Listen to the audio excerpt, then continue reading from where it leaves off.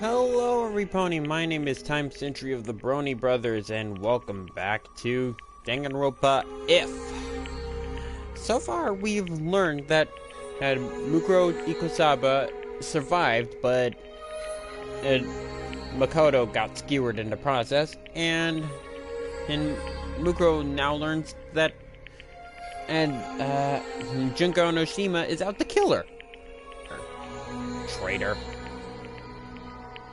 Now you understand. Now I understand, and why. Junko Enoshima is trying to get the despair of killing her own sister. Well, that's not gonna happen, I think. Anyway, hey, wanna know what happens next? Yeah, me too.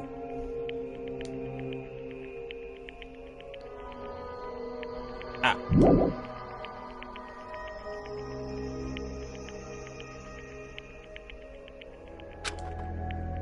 Even a normal high school student could outwit her when it comes to debate and negotiation. If she were the super high school level negotiator, she might be able to convince them that their memories had really been erased. No, they're not. They're just blocked. But in her current situation, if she tried to bring up their memory loss, they would think it was a desperate excuse. Even Mukuro knew that. But if she didn't know what to say, she still knew what to do. Right now, we need to treat Makoto first. And then she started walking toward Makoto as if nothing had happened. To the others, it seemed like Mukuro had decided to abruptly change the subject. Hold it, we need to immediately take Makoto to the nurse's office for treatment. However, we must tie you up. Oh wait, this was Sakura saying. Seriously, they couldn't put the names that speak it in front, you know, like roleplay. Come on, people, work with me. Let me try again. Hold it. We will immediately take Makoto to the nurse's office for treatment. However, if you are on our side, we have to tie you up. Just in case. This was Sakura's honest demand. Yeah, Monokuma's accomplice would say that. But there was no way Mukuro could accept that. If she were separated from Makoto, there'd be no telling what Monokuma would do to him. And between Mondo's hot temper and Byakuya's cold heart, Makoto could easily sustain further injuries under the pretense of interrogation. Furthermore, among the students, Mukuro knew she was the only one who had experience treating wounds due to her time with Fenrir. After mulling that over, she narrowed her eyes and went silent. Her mind was made up. What's your choice? She was determined to fight her way out of here and escape with Makoto. I apologize, but I need you to fall asleep right now. What?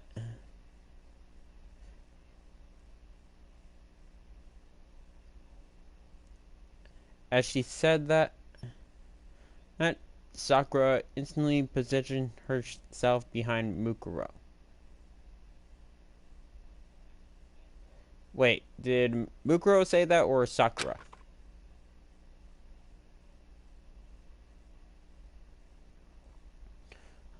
Oh, it was Sakura, wasn't it? I apologize, but I need you to fall asleep right now. She was completely within her blind spot. To a normal person, it would have seemed like Sakura had suddenly vanished. After moving faster than any human being could see, Sakura's equally fast hands launched a blow toward the back of Mukuro's neck. However, sorry Sakura, but I need to get out of here.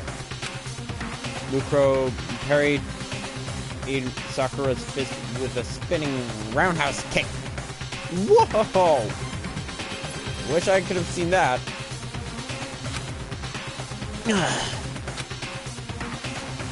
Sakura raised an eyebrow to the unexpected counterattack. Mukuro tried to use the momentum of her kick to sweep Sakura's feet out from under her. However, Sakura dodged and instinctively struck back against Mukuro's pivot leg.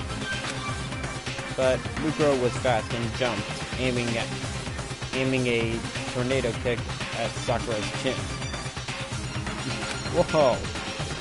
Sakura deflected the attack with one arm, and then both combatants leapt back and forth, turned glaring, and charged simultaneously. Wow. This could be a while. They're evenly matched.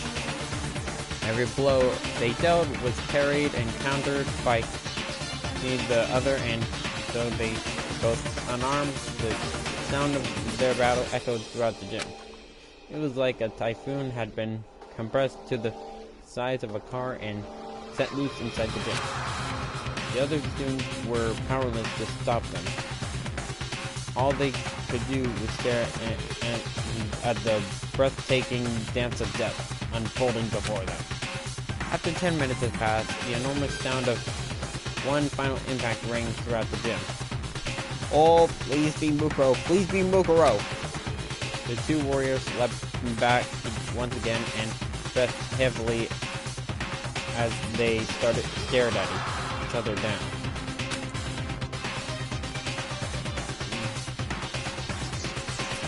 Who said that?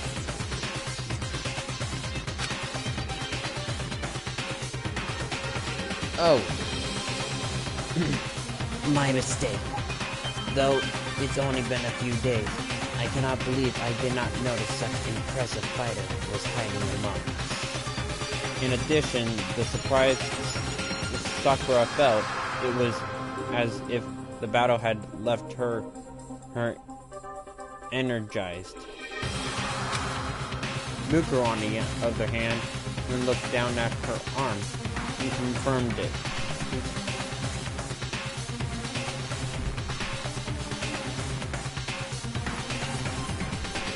Be right back.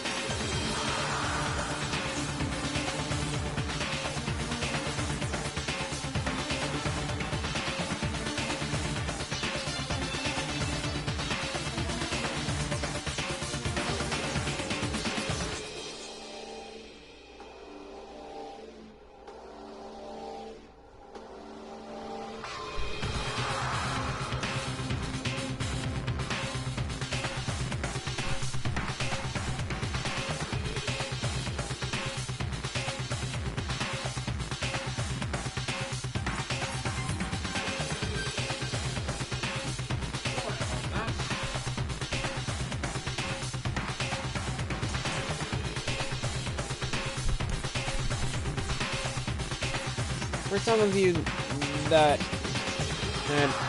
aren't aware, today is, remember that video I posted about the death of my, a best friend? And yeah, today is his memorial service, and I have to look my best. So I had to get my clothes ready. Later I'll have to take a shower. No big deal. Okay. So, I wonder how long that took. I think it took 6 minutes. So, sorry for the 6-minute wait. So, think of that as a intermission. You know those intermissions? You know, let's all go to the lobby. Let's go to the lobby. Yeah, those funny cartoons. Okay, anyway. She's strong. I don't think Sakura is even taking this seriously right now. Despite being constantly surrounded by firearms, blades, traps, and explosives during her time with Gungnir, this was the first time she had been wounded. Mukuro was powerless before the might of the woman known as the super high school level grappler, and the strongest woman in the world. Just as I thought, I can't beat Sakura with my bare hands alone. If she had been directly ordered to kill Sakura, Mukuro would have opted to either snipe her from a distance or poison her. At this close range, she would need an assault rifle just to stand a fighting chance. I don't have time for this. She looked at Makoto and confirmed that his breathing has grown even shallower. I need to hurry. But at that moment, she had no one to turn to for help. Suddenly, Mukuro had an idea. It was true that gaining an ally in this situation was impossible. However, she could still turn to one person in her enemy's enemy. Mukuro took a deep breath before she charged at Sakura. Then she immediately fronted and charged at a different girl. Toko, who had been cowering in fear from the battle between Sakura and Mukuro in the gym corner. Wait, are you? Oh, I see where this is going. Me likes it.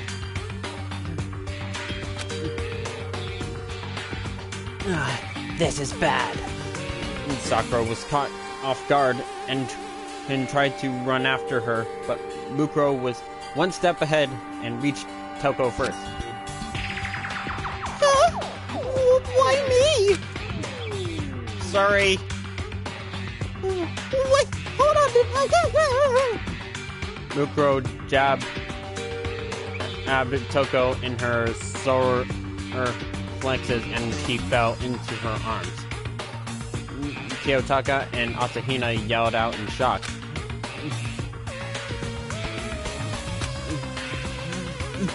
This is bad!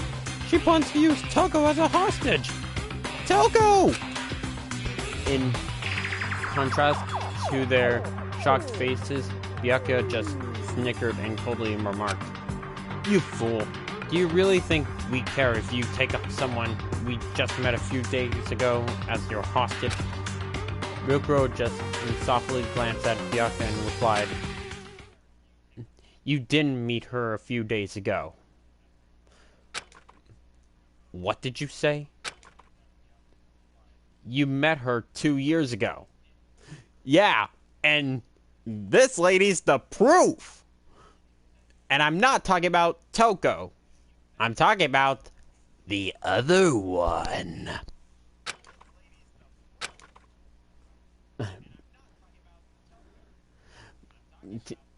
Byakuya scowled. Mukuro ignored him and held her bloody arm in front of Toko's face. And then she yelled out into her ears. Ah! Oh, I knew it! I knew it! I knew it! Alright. And okay, everyone, we're gonna have to say it. A wake up genocider show. Alright, everyone, on 3. 1, 2, 3. Wake up, genocider show! It seemed so random and out of place. Why would Mukuro mention the name of a notorious serial killer right now? The students looked at each other with confusion when suddenly Toko, who had been groaning in pain, suddenly kicked off the floor of the gym and with renewed vigor. She leapt into the air so much higher than any normal human should be able to. While hovering several meters in midair, Toko twirled faster than a professional figure skater. This caused her skirt to flutter, revealing multiple pairs of sparkling scissors. Countlessly tally marks were scratched into her legs? Really? Like a kill count carved into a jet fighter. Oh. If not for this situation, Toko's glamorous jumps and spins would have been a sight to behold. The girl formerly known as Toko Fukawa cackled wildly, her eyes sparkling as her absurdly long tongue flopped out of her mouth. Oh, let me do my best at the mimic. So you call for me until I appear. I got murdered. IOU for IOUOI. I mean, YOU.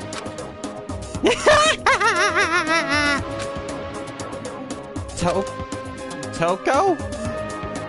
The situation had changed so drastically that even Sayak Mizuno was silent until now. Spoke up.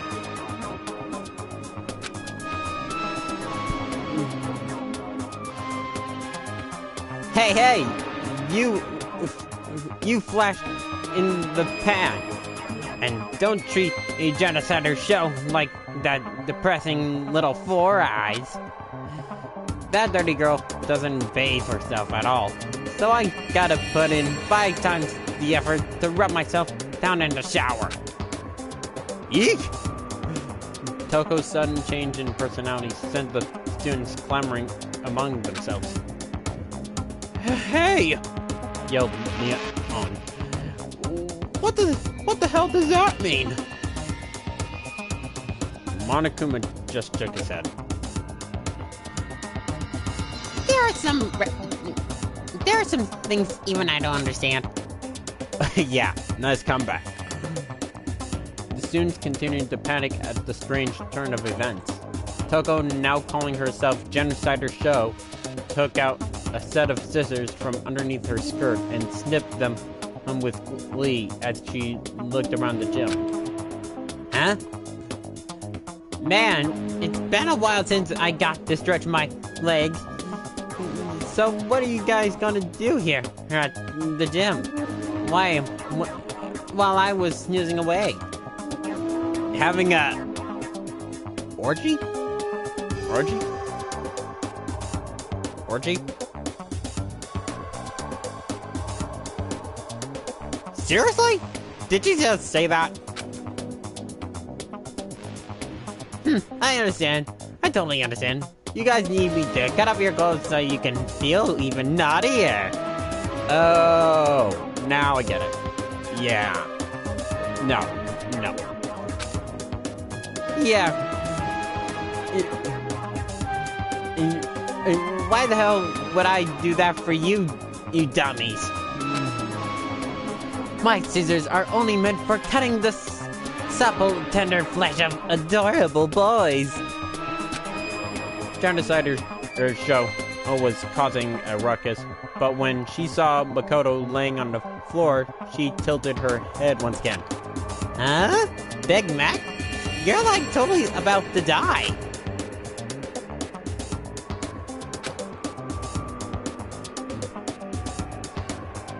What's the deal? Did the world fill you with so much despair that and you all came here to commit mass suicide? That's odd.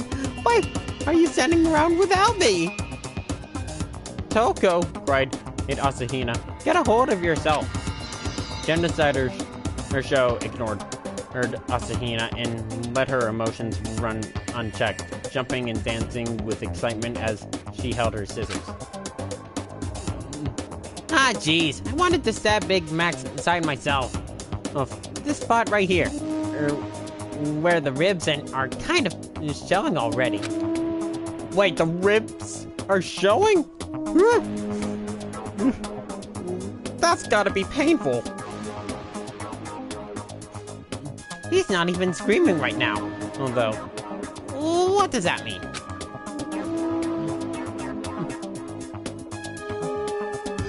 Oh well, maybe I can just use to this feeling of alienation instead. I have no idea what's going on anymore, shouted Yasuhiro. This is all the aliens' fault. Yasuhiro buried his head into his arms, but no one was paying any attention to him.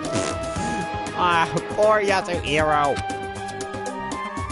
The student's attention was entirely focused on Genocider show. Using that to her advantage, Mukuro began sneaking over to Makoto.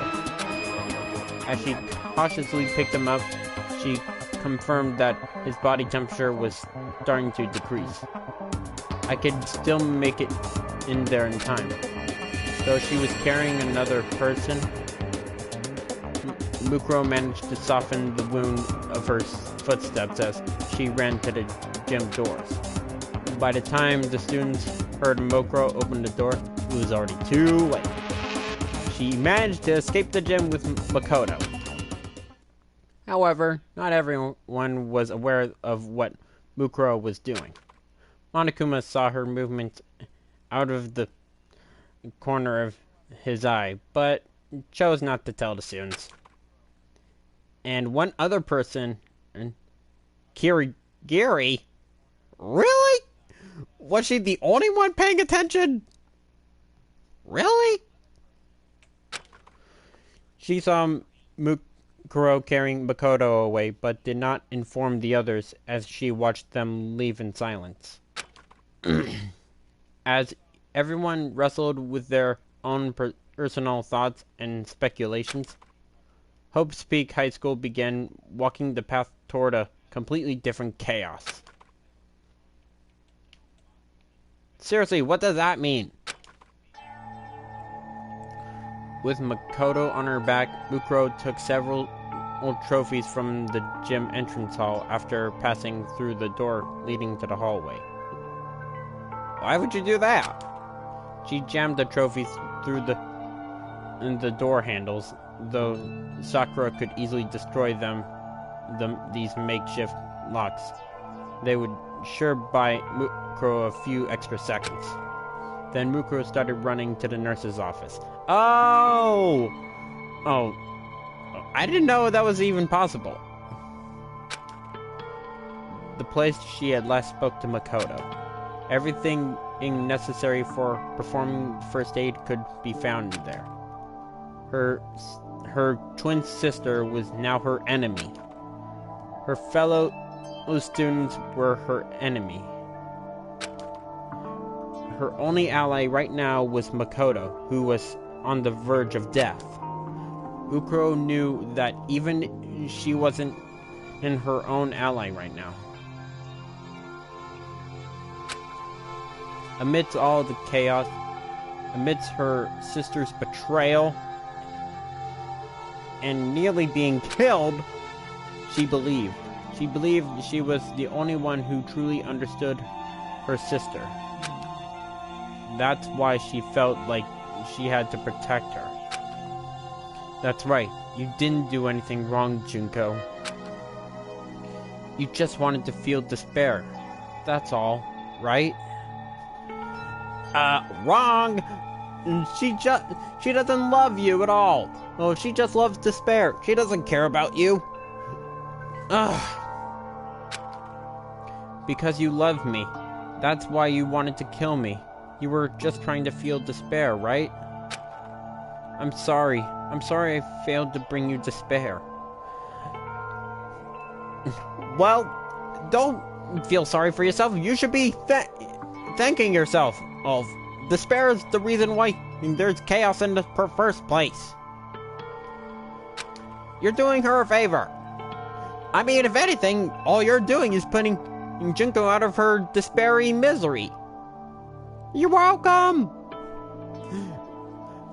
But at the same time, she wondered if she saves Makoto and betrays her sister by disrupting her plan, wouldn't that fill her with an even stronger despair? Wouldn't that make her happy? But betray Junko, what should I do? Mukuro closed her eyes and listened to Makoto's weak breath. What should I do, Makoto?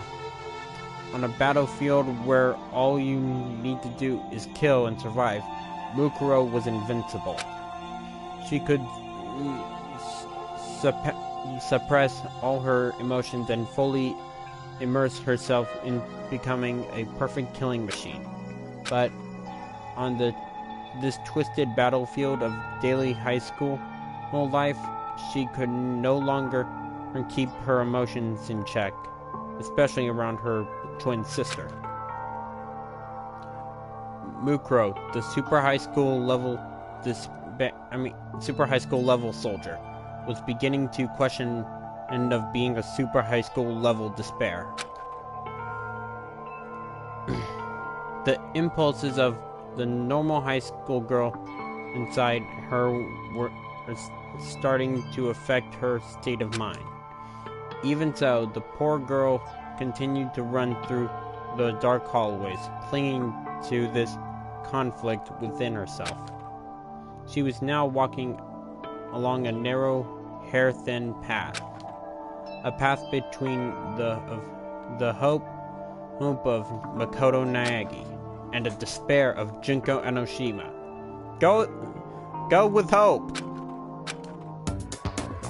Meanwhile, everyone in the gym was left in a state of complete confusion. Toko was famous for being a prolific author, but even though she came across as unsociable and depressing, her mind-blowing transformation seemed to have just tossed all that aside. Toko is Genocider show? Mizuno trembled with fear as Genocider show tilted her head and stuck out her long tongue. Huh? What's with this reception, you guys? You guys don't know who I was? Have I been found out? Or have you known all along? And why was the sullen samurai dressed like that? And that outfit didn't look good on her at all. Sullen samurai? Who's she talking about? The sullen samurai was probably referring to Mukuro. Ah. Which means Toko already knew Mukuro in advance. Confronted by that shocking truth, the students had no idea where to begin talking. So many things were clearly wrong by this point. But there were few new students such as Byakuya and Kyoko, who opted to remain calm and observe the situation.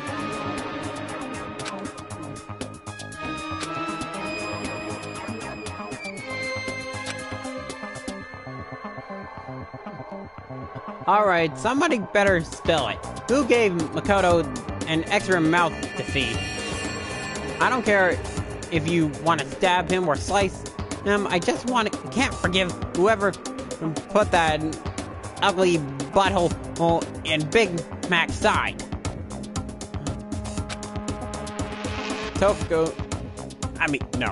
Genocider Show spun her scissors in her hands. As she spoke, her emotions and facial expressions constantly changed. Even without the threat of her scissors, she extruded an aura of danger that made her unapproachable.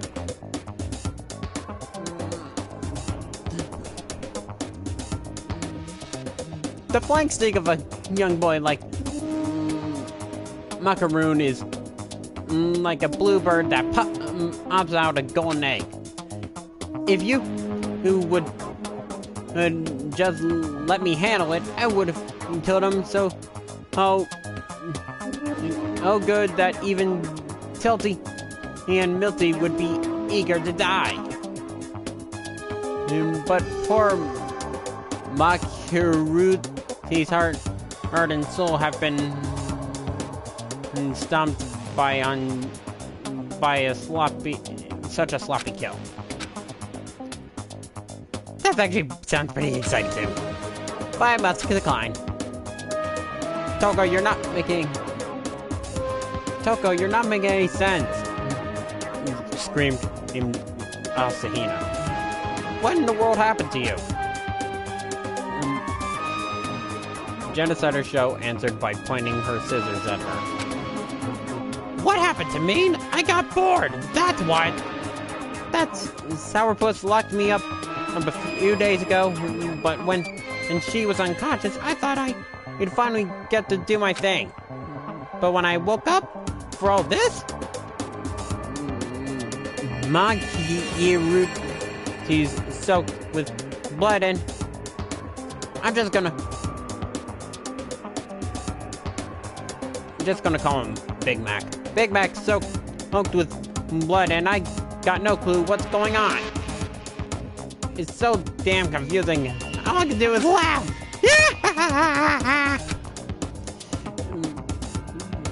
No one seemed to be able to get a straight answer out of her. So Hifumi made a timid remark. I dealt with girls like this in my 2D dating games, but this doesn't compare. It's like there's an triple S difficulty level to clear here. I can't believe you think about her as someone worth clearing, murmured Leon. It was clear that things were going nowhere, and as if she were responding to everyone else's expectation. Sakura stepped forward. She might be in the throes of confusion. I should try to restrain her for now. As soon as she said that, Genocider Show stopped moving, struck out her lizard-like tongue, and grinned wickedly. Ooh, what's up? Are you really gonna fight me, you battle ogre? Too bad, my lovely scissors are only for cutting through adorable boys. Women should just stay home.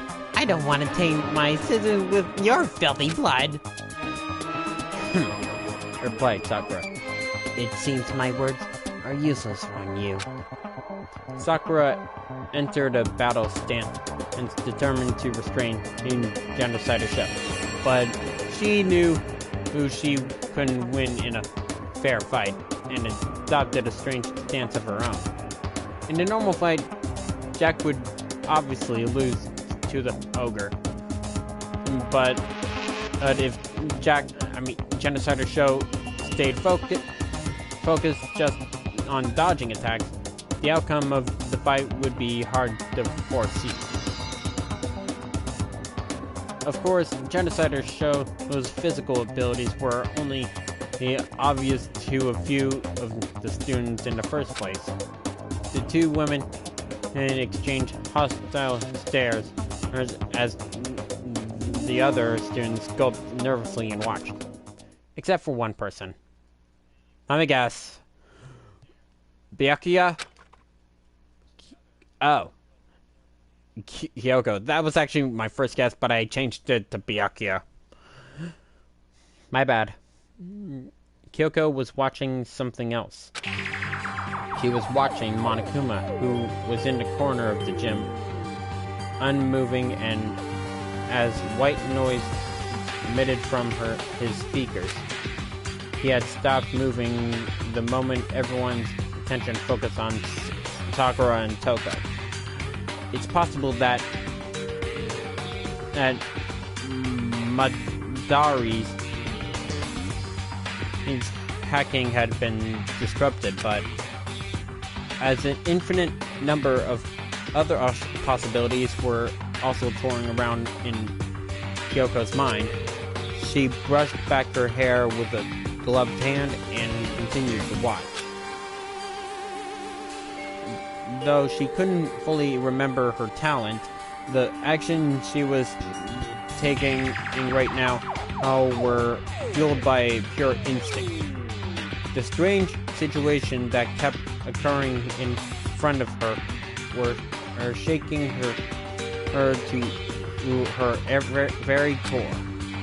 Her mind worked diligently to scoop up countless amounts of information from her vast sea of memories. And as they were synchronizing with the synapse flaring in her brain, Sakura and Toko kicked off the ground at the same time, and an intensely impact rang throughout the gym. Hey, that's Hifumi's fake blood. I know that background anywhere. Thanks to the heated battle that was unfolding in the gym, Mukuro Ikusaba was able to buy more time than she had ever imagined. As soon as she entered the nurse's office, she rummaged around for medical supplies and did what she could to stop the bleeding. Though still quite shallow, Makoto's breathing slowly stabilized. Mukuro let out a little sigh of relief. Try using if he needs any more blood, use the transfusions. However, even though she was somehow able to stop the bleeding, she wasn't out of the woods yet. Miraculously enough, it seemed like none of Makoto's major arteries or organs were damaged. Was this perhaps thanks to his super high school level luck? Or maybe he wasn't actually all that lucky. After all, the only sort of medical treatment he could hope for was partially at best. Mukuro couldn't decide. If only I could do a blood transfusion. You can! There's a lot of blood in the freezer. The nurse's office should have several blood packets for transfusions. Mukuro suspected that Makoto's blood type might be written in his e-handbook, but as she checked over to search his pockets... Ha! I see you're searching for a sleeping boy's clothes. What in the world is about to happen next? Adults can keep playing, but you kids better press the beat button, okay? Yeah. Mukuro turned toward that familiar voice and saw Monokuma standing before her. Of course! Junko pulled out a spare. You're all alone with Makoto right now. Just think, as a cute wild animal, and let your lust lead the way. Okay, that was kind of rude. As the principal... As the principal, I must prevent any illicit sexual relationships. But physical education classes are just fine, Missy. Though he looked just like the one that was at the gym, it was clearly a different Monokuma. Called it! Multiple Monokumas have been placed throughout the entire academy, so it wasn't a stretch for him to suddenly appear out of nowhere. Regardless, the same person who was controlling all of them. Mukuro had been wary of Monokuma's attacking her while she was treating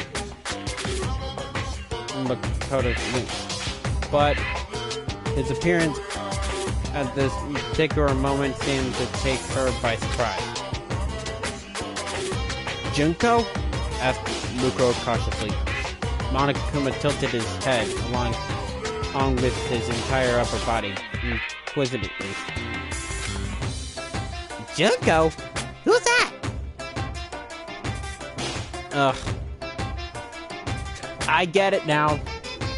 Junko's making up a lie, so the world that is viewing this wouldn't hang in suspect.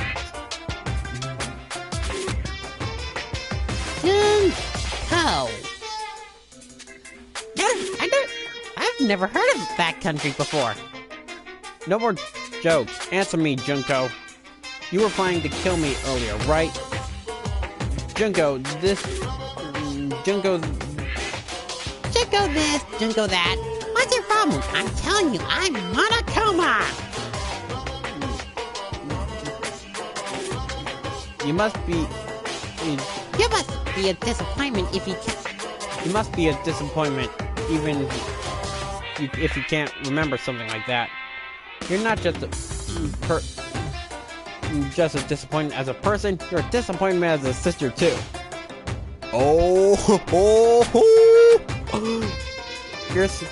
You're too skinny and your brain is nothing but a muscle and your personality is just unbearable. Ow. I'm sorry, said Mukuro. Don't apologize. She didn't need to apologize, but hearing her sister call her a disappointment yet again was enough to make a super high school level soldier recoil. Monokuma ignored her and her current situation, climbed on top of Makoto's barely breathing body, and began poking his cheek. Poke. So what are you doing with Makoto now? I'm really interested in human mating habits, you know? What are you? Asked Mukuro before trailing off. Monokuma lowered his tone and began whispering into her ear. Makoto's a pretty nice guy, huh? He even sacrificed himself to save you. He's so generous that it's absolutely hopeless. He's not dead yet, insisted Mukuro. Despite her firm tone, she couldn't hide the fear lingering in her voice. That's what the most disappointing thing about you. You can't even say, I won't let him die. I won't let him die, Junko. Mukuro could barely get the words in as Monokuma erupted into laughs and continued to torment her. As if you could do that. Too bad. No regrets. See ya tomorrow.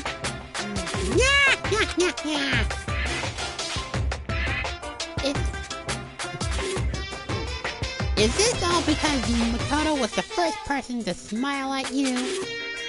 You're disappointing, depressing, unladylike, inhuman, killing machine! Despite denying that he was Junko, Monokuma began speaking at a length about Mukuro's past. This contradiction was very much like Junko, and Mukuro was so shaken that all she could do was watch the bear paddle on and on.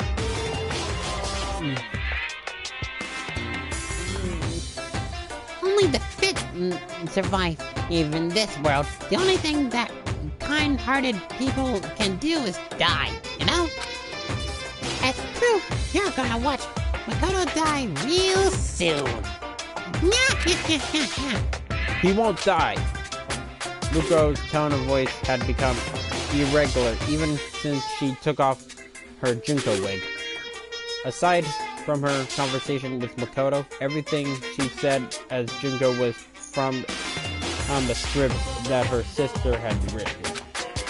But now there was no script for Mukuro to rely on anymore. Oh, she's winging it! Mukuro was treating Monokuma like she would treat her own sister.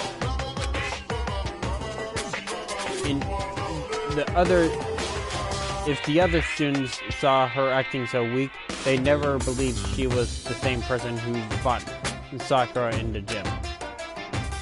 And not just that, if anyone from her mercenary past could see her now, her dark change in attitude might make them think she was someone else entirely.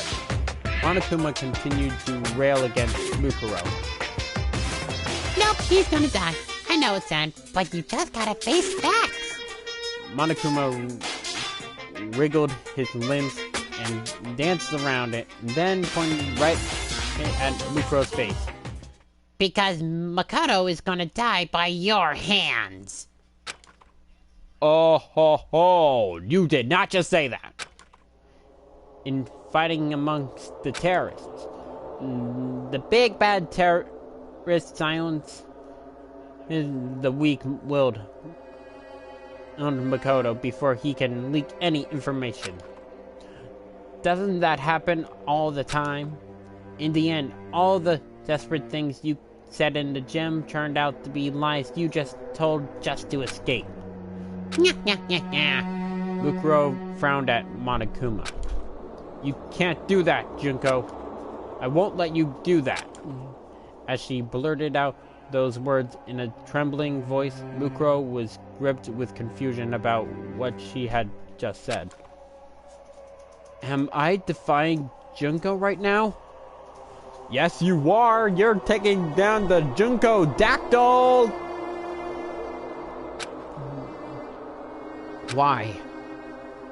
It was a strange feeling. To Mukuro, it was like she was standing on the ledge of a tall building and imagining what would happen if she jumped. Ah, you use if again. A destructive feeling akin to holding a friend's baby and wondering what would happen if you tripped and fell. Before she knew it, fear and anxiety had suddenly taken control of Mukuro's heart. As a member of Fenrir, and as a super high school level despair, Mukuro had killed innumerable people. She had handled live grenades before. She had descended from the sky in a parachute as anti-aircraft weaponry fired around her. Her heart never wavered on the battlefield, but now it felt like it could collapse at any second. Monokuma, however, was as stable as a tree and slightly tilted his head to the side. Huh? Weren't you listening to my stories?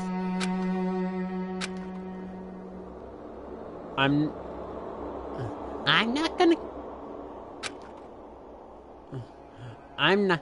not the one who's gonna kill Makoto. You are. What? What are you saying, Junko? Monokuma began giving a strange explanation to a very confused Mukuro. Do you know what the suspension bridge effect really means? It means you push the person you love off the bridge and they will be yours for the eternity. I haven't heard of that at all. Life doesn't always allow you... Life doesn't always follow what your textbooks say. It's sad, but that's what love is. His words made no sense. And his words made no sense. And Mukuro couldn't think of anything to say as she stood there dumbfounded. Meanwhile, Monokuma continued his little speech, intentionally saying things meaning to agonize Mukuro. Basically, this is your chance, you know. If you kill Makoto right here and now, nobody will ever take him away from you again. Makoto Naegi, dead by dawn!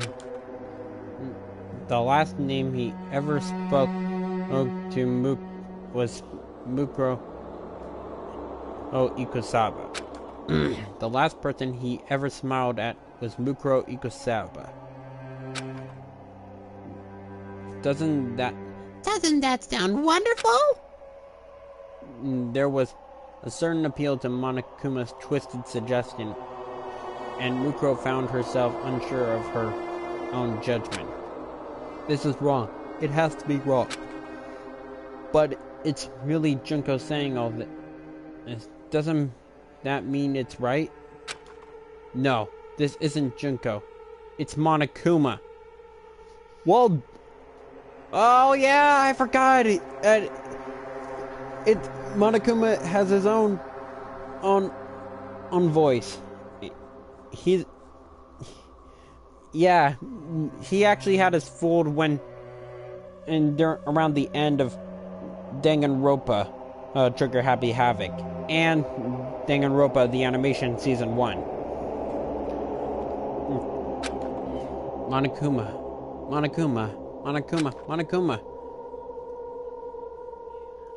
And are you sure you want to help Makoto? Once he gets better, he's gonna know everything. He'll know what you did to your classmates. I can't believe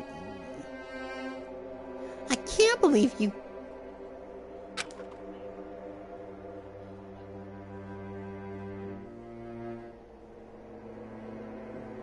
I can't believe you had actually erased your friend's memory of their time together and forced them to kill each other.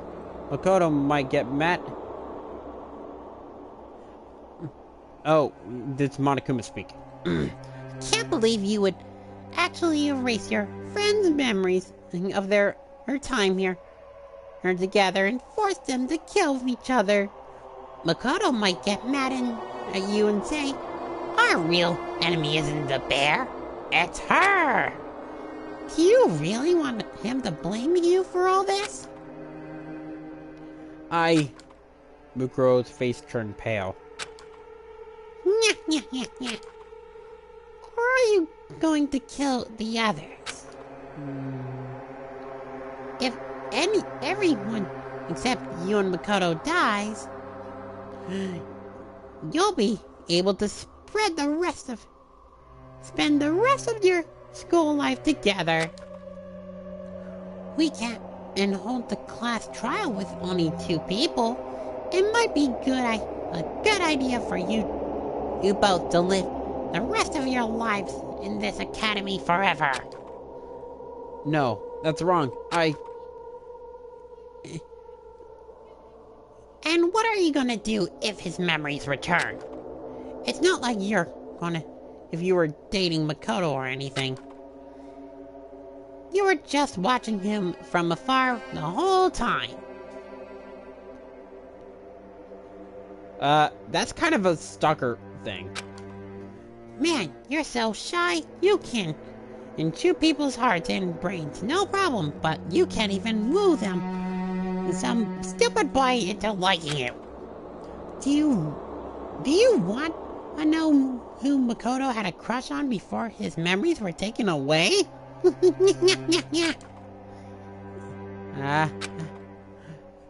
Mukuro trembled as Monokuma continued pressing the issue, gradually loosening the screws keeping her heart secure. So Mukuro chose to pretend she didn't hear anything at all. All emotion vanished from her face, and she looked silently at Makoto's handbook. If you're looking for his blood type, it's not written in the handbook. Mukuro's face turned pale. Within 5 seconds, her plan to ignore Monokuma had already failed. But since your principal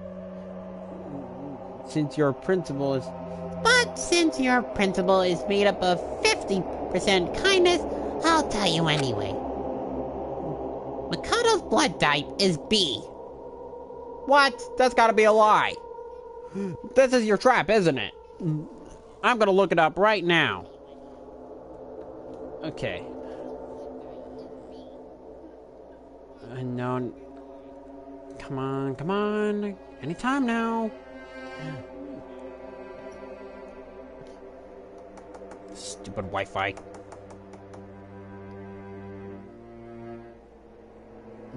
Oh, yes. It's working. Come on. I want to make sure that Monokuma is not lying. Come on. Hurry. Makoto's life is in danger. Okay, M-A...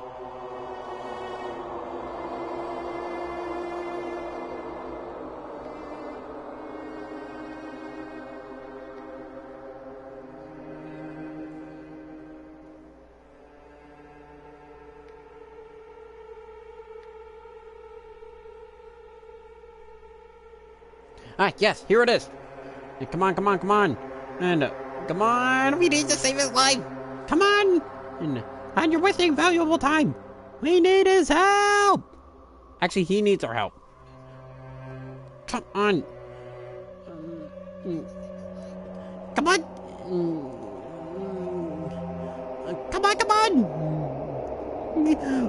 Come on. Yes. Pull up. Come on. No, not that one.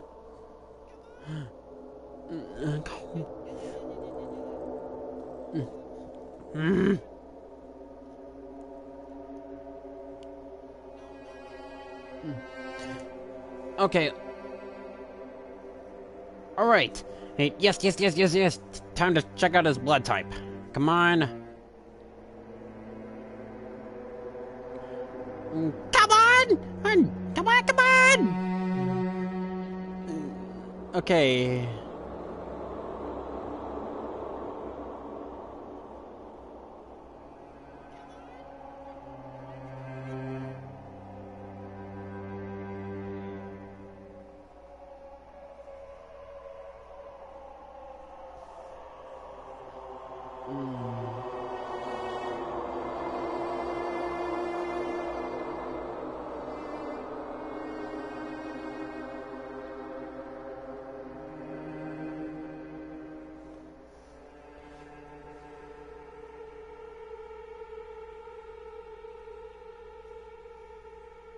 Hey, what do you know? I never knew this. Apparently, he's the new principal of Hope Speak High School. When does that happen?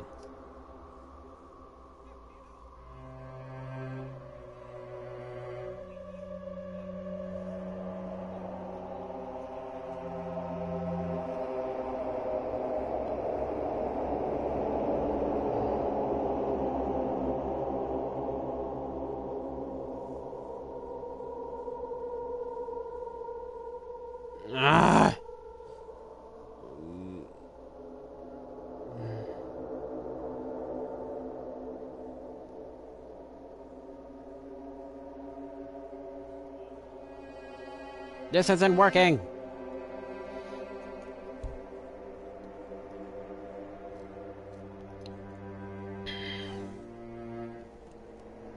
Looks like I have to look it up manually.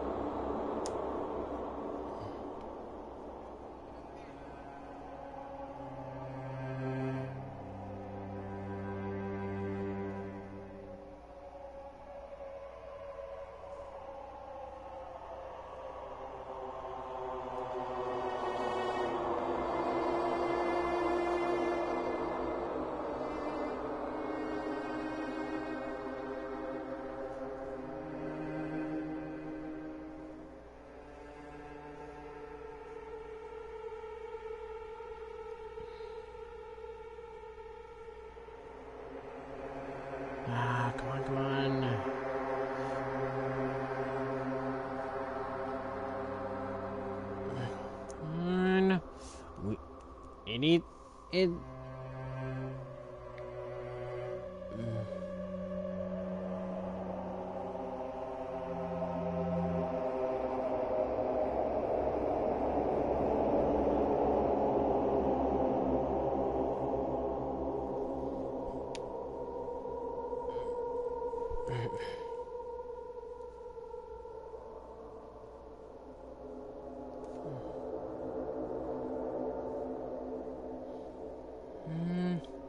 Anytime now. Come on, come on, come on, come on.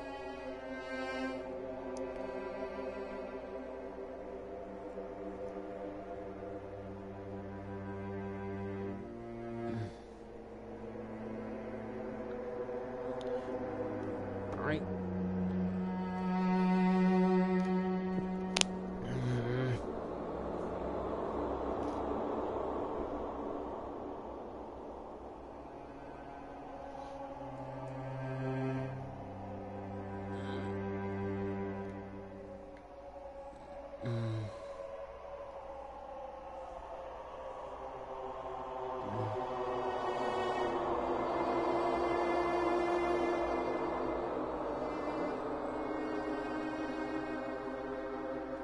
Yes, here it is. Here it is.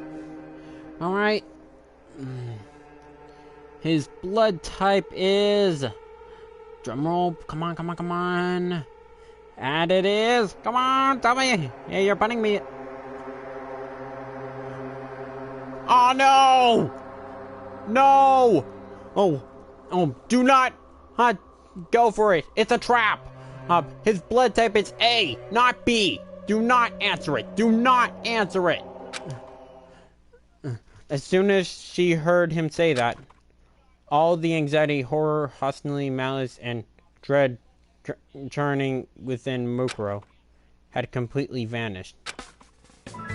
Thank you, Junko. No! No, no, no, no, no, no, no! Mukuro's eyes sparkled with without a hint of suspicion. No! You idiot! His blood type is not A. It is A. It's not B. Do not fall for it. No, no, no, no, no, no, no, no, no. Walk toward the refrigerator containing blood packets. Fresh blood packets have been prepared before the plan took effect. They lasted in a cold storage for 21 days. They should still be good. Despite her emotionless face, Mukuro let herself feel an amount of satisfaction as she took a blood packet from the fridge. As Monokuma watched her, his normally emotionless eye twitched ever so slightly. If a third party could see his face right now, or even if the other students could see his face right now, they wonder. Is Monokuma surprised? That's right, they have the same shocked look on their faces as if they were seeing Monokuma for the first time. Wait, I wonder.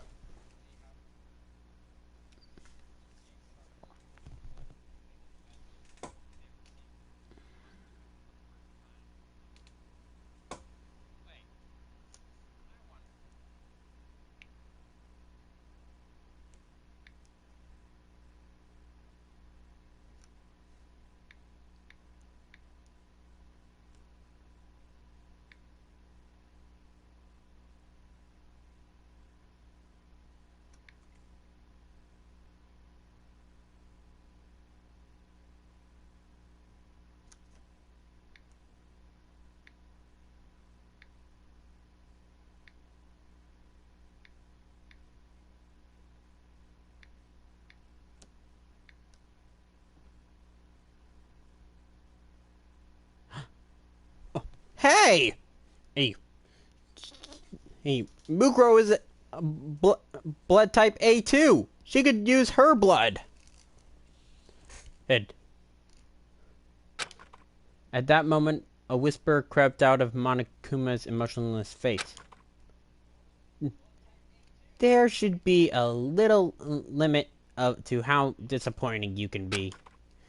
It was far quite that a mosquito's wings. Even with her battle-hardened hearing, Mukuro couldn't hear what he said.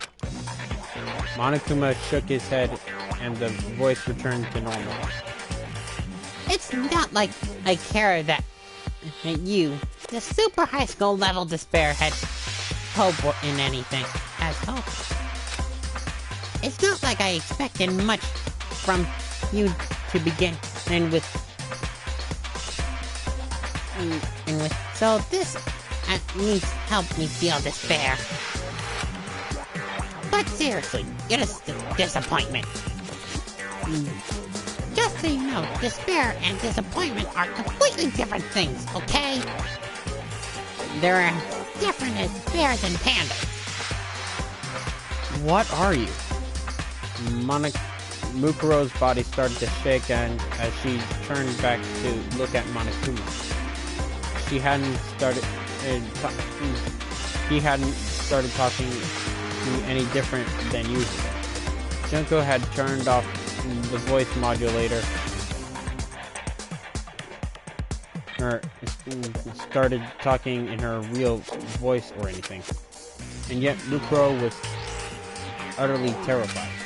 She was terrified on instinct, not as a soldier. Half the reason she was terrified was because of her instincts as a super high school level despair. And the other half was because she was Junko's twin sister. Even though Monokuma, her instincts were telling her that Junko was annoyed with her. Junko? Why are you annoyed? Is it because I betrayed you? Or is it because I didn't die like you wanted me to? Ugh. So, Monokuma. I'm beyond annoyed. I'm really, really angry. I'm really, really disappointed right now. I'm so bad I could take a rage nap right now. Monokuma's anger didn't seem any different from his usual angry toward the students, but Mukuro could instinctively sense another emotion mixed with that. Right now, she could feel that Junko was feeling hopeless disappointment. It's normal for someone who's disappointed to lose hope, but for super high school level despair, disappointment means something else entirely. To them, disappointment was a tantamount to losing despair itself. Mukuro was a member of super high school level despair. As her sister's behest, Mukuro had soiled her hands many times in order to fill the world with despair. Despite her pride toward being a member of the super high school level despair, there was a clear difference between Mukuro and her sister. Junko Enoshima was despair incarnate. She was born in despair, letting it infect other people's hope, so it could rot them from the inside out, twisting them into her own image. Well, technically, this never would have happened if Junko actually had a mother. That the despair inside her body was just needing the right nudge, and losing her mom was one of the nudges. For Junko, feeling hope was its own despair. Creating despair in others created despair in herself, which caused her to feel both intense pain and intense bliss. Junko had walked the fracture created from the conflict between pleasure and penance in all her life. Eventually, the fracture would widen until it swallowed the world and tore it in half. But Mukuro, on the other hand, had neither hope nor despair in the world. At least, not when she was a member of Fenrir. Ever since she was a child, Mukuro believed she was meant to spread despair because of her sister. She didn't harbor any ill will toward the world.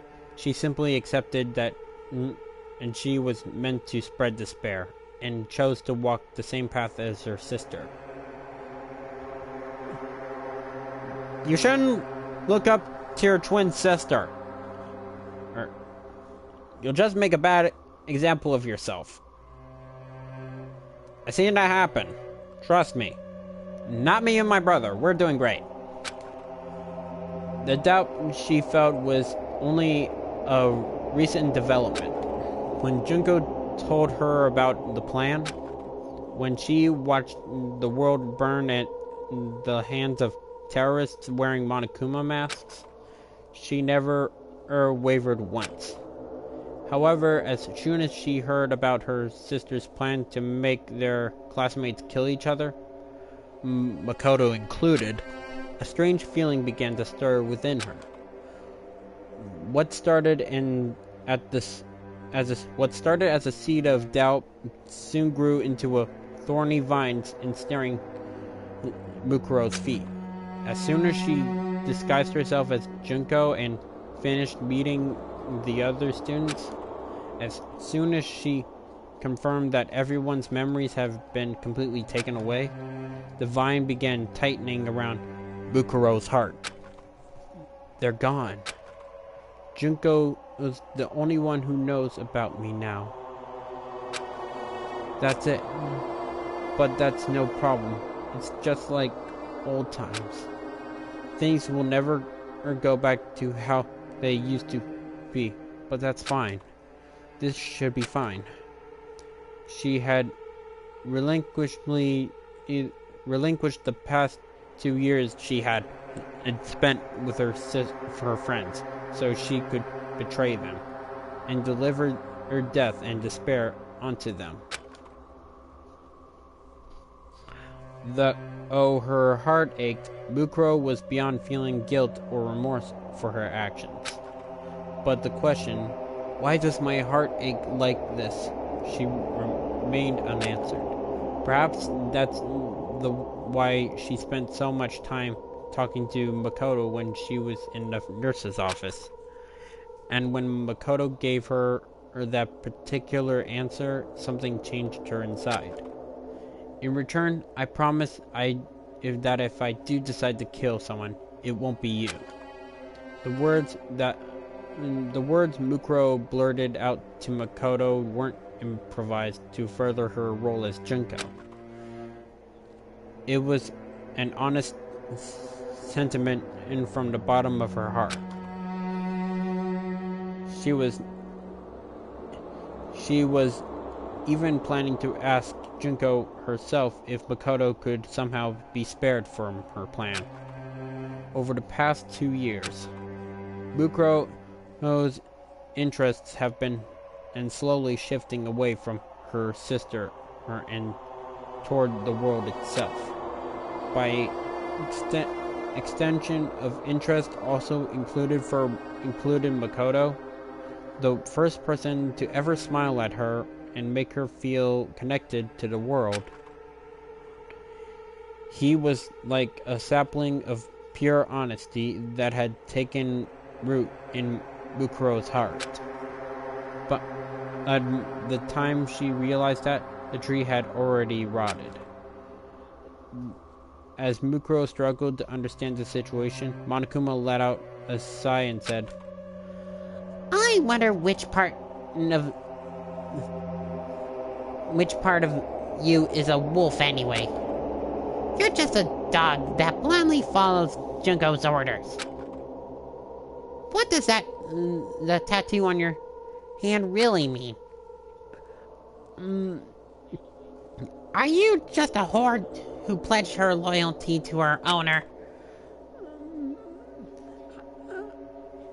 I bet Toko would say that, and I'm positive.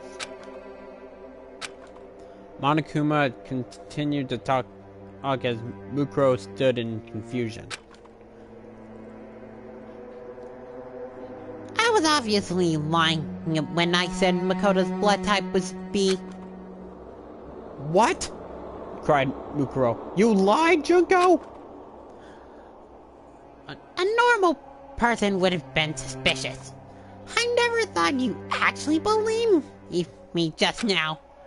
I must have misplaced my eye, because I totally did not see that coming. Not even with my ability to predict the future.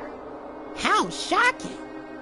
Gee, I'm about to start crying my eyes out like some sort of robot cat. Seriously. It's going to be okay, Junko, said Mukuro. I know our plan and kind of fell apart, but I'm still on your side.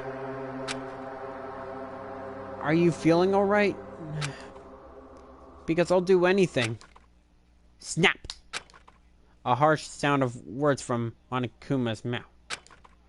That's the sound that sound was one of my circuits overloading.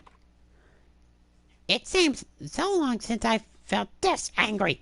Him beating me on the roof of the skull. I'll smash out your baby teeth.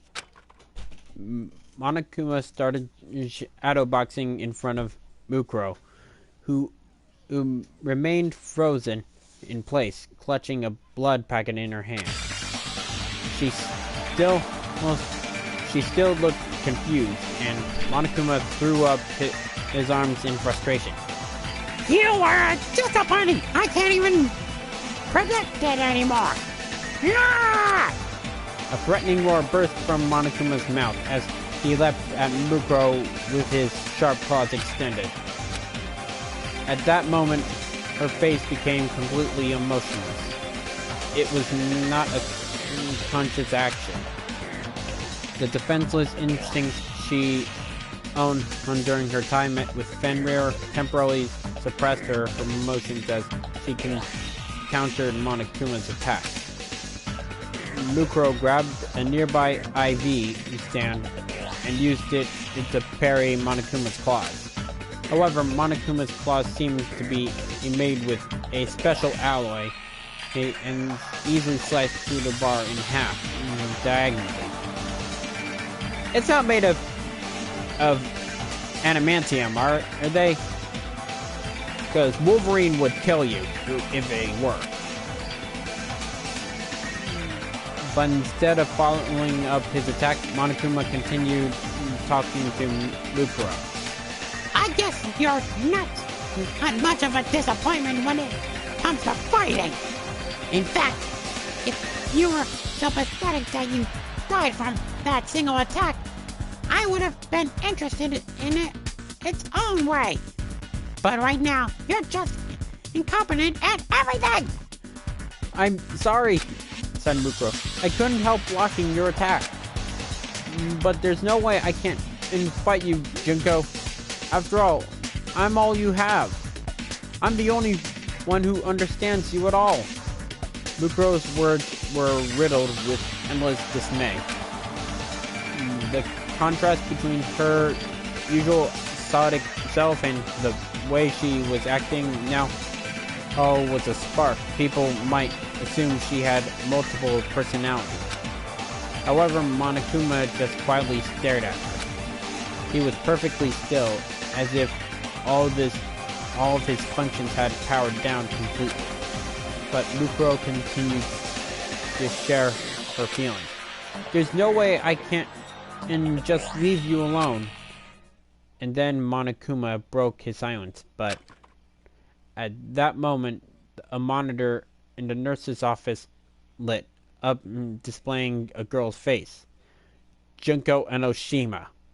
Oh, is she on the monitor? Are we gonna see her? At the same time, the voice, completely unlike Monokuma's, began to play from the speaker. Hey, Mukuro! Junko! It had been several days since Mukuro had heard her sister's real voice. Though her face remained emotionless. Excited sparkled in her eyes. However, that shine immediately dulled. I'm great for you, Mukuro. Oh, I mean it. Junko's voice emanated through the speakers, sounded very gentle and kind. Junko? I'm really sorry. I said so many times, so many things to you. I even tried to kill you earlier, and I was about to make you do something horrible just now. Even though I know about your feelings toward Makoto, you don't have to force yourself. Even if you didn't decide it was totally obvious to anyone and looking at you, you never cared about the class photos, but when Makoto said he was going to take one, then you made sure you were facing the camera. And then Junko Enoshima, the super high school level despair, flashed a smile. A pure, sweet smile. On the monitor, she looked like a normal high school girl teasing her twin sister. And yet, Mukuro could feel despair and anxiety encasing themselves around her.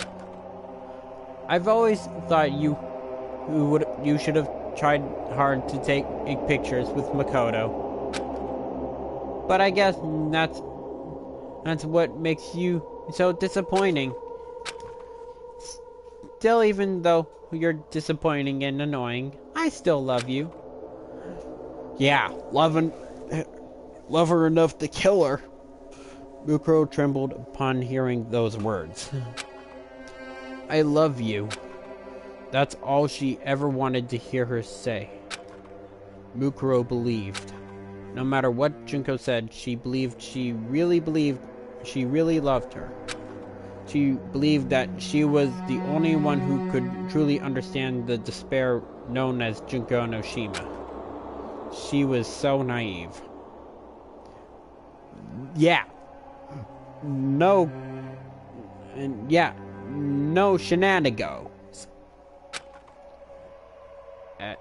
As soon as she heard Junko say, I loved you, Mukuro realized she never completely understood her sister.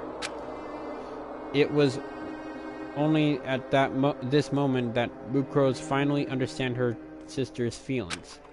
Junko's words right now were perhaps that kindness was completely honest.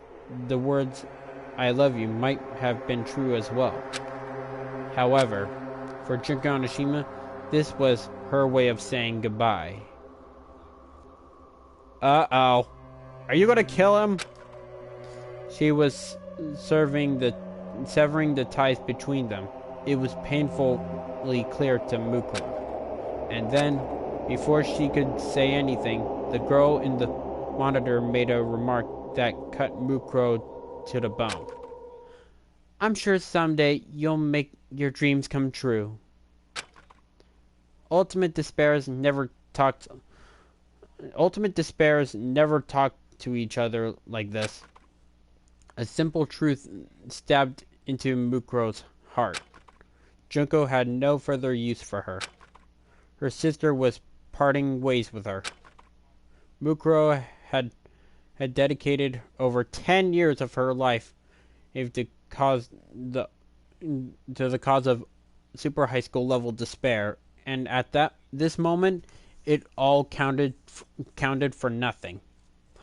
Well, of course, you were being used. Junko used your kindness as a weakness. But those years no longer mattered to Mukuro. Her sister's rejection was more than enough to send her into the depths of despair. That's why Mukuro, even now, clung to a small sliver of hope. Meanwhile, Junko was still on a monitor. Yeah, right. Did you really think I'd say something like that nice? You're so annoying. Can't you just hurry up and disappear already? Mukuro hoped Junko would say something like that. She hoped that she'd start verbally abusing her again, or call her useless and incompetent. Mukuro was no masculinist, but she preferred her to be showed with bullets and contempt than endure this kind of emotional pain. But I love you, Mukuro. Bye-bye. The monitor went black, leaving Mukuro to process the horrible goodbye she just received. And as if on cue, Monokuma started moving again. Isn't family love so nice? By the way, did you know that in about half of all murder cases, the killer is a family member? Monokuma spoke in his usual tone of voice, but it was unclear if his words were getting through to Mukuro. Mukuro let the blood packet in her hand fall to the ground and tightened her grip on the iron bar she was holding. I'm sorry. I'm sorry. I'm sorry. I'm sorry, Junko. I'm sorry. I'm sorry. She murmured quietly as if she were chanting a spell and walked past the blood packet on the floor to Makoto's side with an iron bar in her hand. I'll do it properly. I'll make sure of it. So... Oh? Said Monokuma, perking up. What are you going to do properly?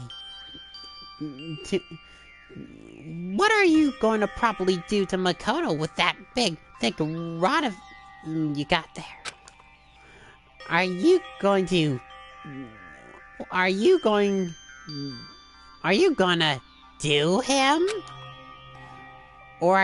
to do him in?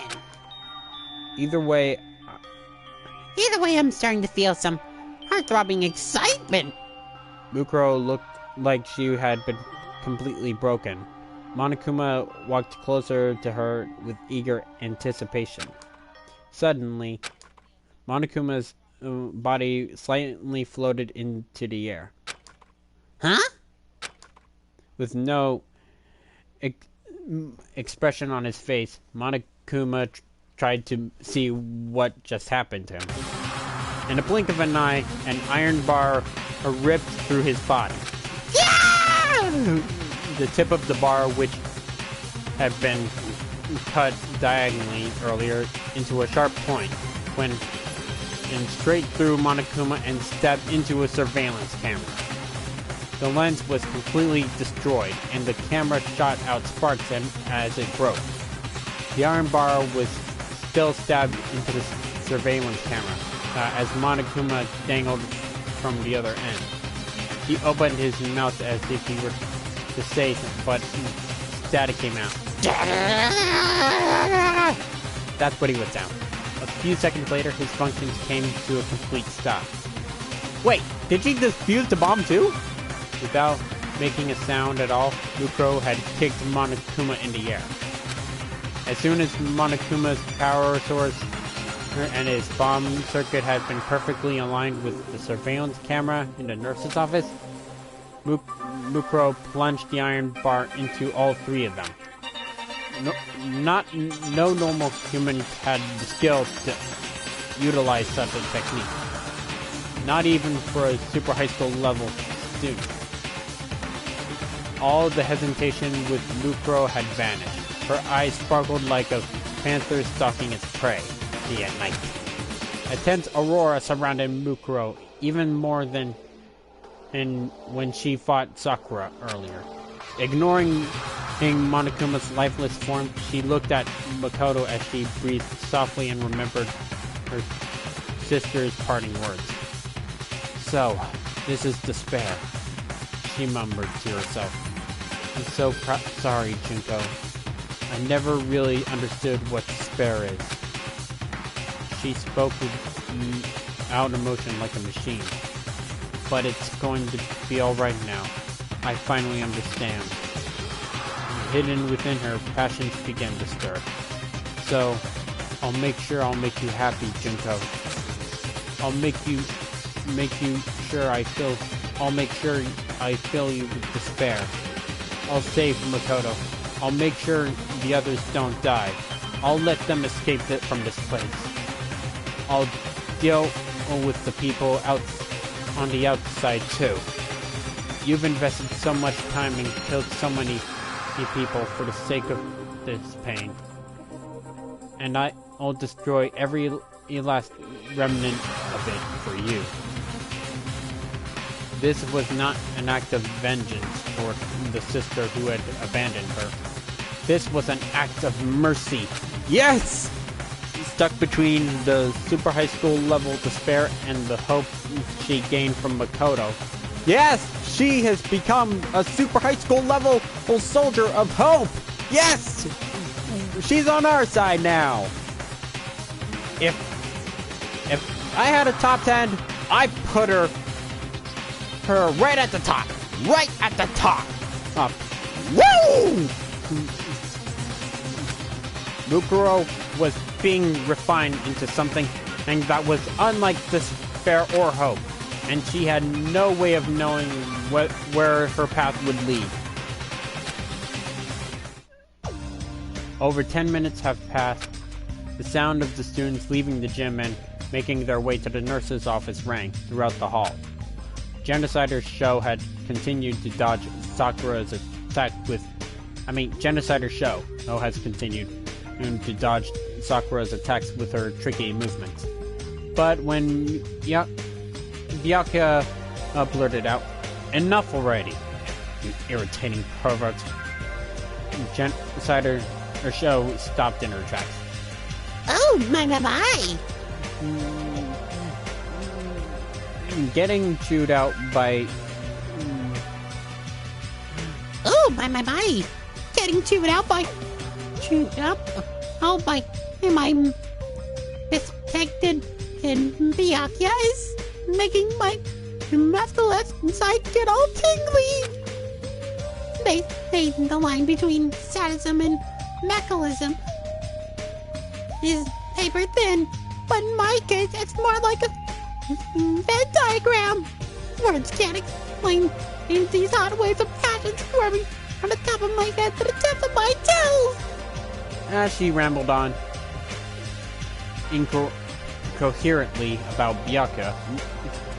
Togami, the other students tied her up with a microphone cable from the gym and locked her in her room. Half the students stayed behind to keep an eye out on her, while the rest searched the grounds of the school. As soon as the door of the nurse's office was open, Kyoko saw a non-functioning Monokuma with a hole in its chest as the remains of the surveillance camera. It wasn't just in the nurse's office, though. On their way there, the students had seen several destroyed surveillance cameras and scattered Monokuma bodies. This was clear violation of school regulations, but if Mukuro was allied with Monokuma, those regulations wouldn't apply to her anyway. Monokuma inside the gym was no longer moving, and the students had lost contact with their hacker. It wasn't a hacker, it was a lie! So the students assumed that Madari had taken control of a different Monokuma and went after Mukuro on his own. With that in mind, Kyoko turned and looked inside the nurse's office once again. It was unusually quiet. The beds were empty, but Kyoko could see from the blood stains that someone had been resting there recently. Looks like they're gone already. Mono remarked, but as he was about to leave, Kyoko spoke up behind him. I'm gonna stay here with Chihiro and search for clues. Huh? Asked Chihiro. Her eyes, his eyes. He's timidly whiting. Clues? Kyoko continued to speak in a calm tone of voice. Yes, there are maybe some clues in these Monokuma remains. I figured you would be the best candidate for investigating machinery. Sakura spoke up. But isn't that dangerous? Since Sakura could clearly hold her own in a fight with Mukuro, she had joined the other students in searching the school grounds.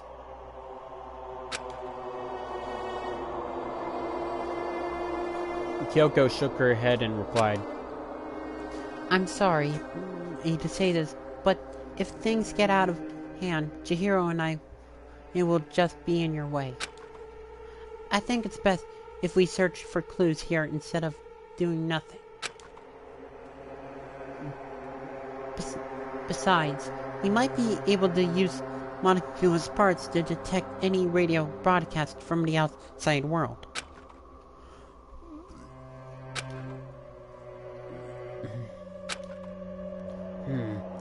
You certainly have a point. Understood. We'll be exploring this floor for a while. Please shout for us if anything happens. Sakura left the nurse's office. How did she destroy Monokuma like this? As Chihiro cautiously stood over Monokuma's remains, Kyoko started searching through the room. She zeroed in one of the beds, and began studying intensely. At a moment later, Kyoko was satisfied with what she found, and let out a small sigh before she spoke. Chihiro, let me apologize to you in advance. Huh? I dragged you here into this gamble of mine. So if anything happens, run out of the hallway and call for help. What does that mean? But instead of answering Chihiro's question, Kyoko started talking to one of the empty beds. Let me say this first. I'm prepared to hear your story. No matter how ridiculous it may sound, I promise it's not to decide if it's a lie or it's true. Until after I listen to its entirety. Chihiro looked confused. She didn't understand what Kyoko meant at all.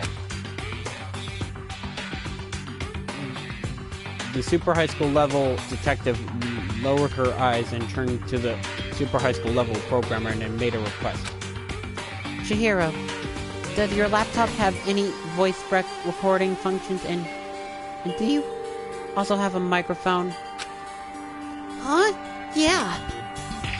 I want you to use that to record everything we're about to hear. But there's no one here. As Chihiro wondered to himself, he began connecting Monokuma's parts to her laptop and turned on the recording function. I'm sure we'll pick up every sound in this room now, said Chihiro nervously. Satisfied, Kyoko nodded and once again started talking to the empty bed. So, what were you going to do if I told everyone that I found Makoto? When she heard Makoto say that, Chihiro looked back at her and was surprised by what he saw. At that moment, the super high school level programmer was kneeling on the floor next to Monokuma's remains. From that position, he was able to see it. On all the beds in the nurse's office, there was one bed in particular that couldn't be seen from the entrance. Underneath that bed lay a limp Makoto. A blood pack was hidden next to the bed and slowly providing Makoto with a transfusion. The blood consists of the blood packet were clear. Rather than blood, it seemed to be some kind of saline in solution used in emergency hydration. Though it wouldn't be as effective as an actual blood transfusion, it was enough to keep him from going into shock. Though that was the extent of Chihiro's medical knowledge, he was already surprised that Makoto had been in the nurse's office this whole time. Not only that, but Kyoko wasn't talking to the bed that Makoto was under, which sent chills throughout Chihiro's body. However, there was nobody under the bed that Kyoko was facing. But the moment Chihiro noticed that, a voice rang out from underneath it. As soon as everyone's attention were focused on Makoto, I was planning to take advantage of that opportunity to take someone hostage. As Chihiro cautiously lowered his head until it was nearly touching the floor, she was able to make out who was talking. Surprising, the person hiding in there was clinging to the frame of the bed, like a ninja clinging to the ceiling. Presumably, if someone had glanced under the bed quickly, they wouldn't have noticed anybody there.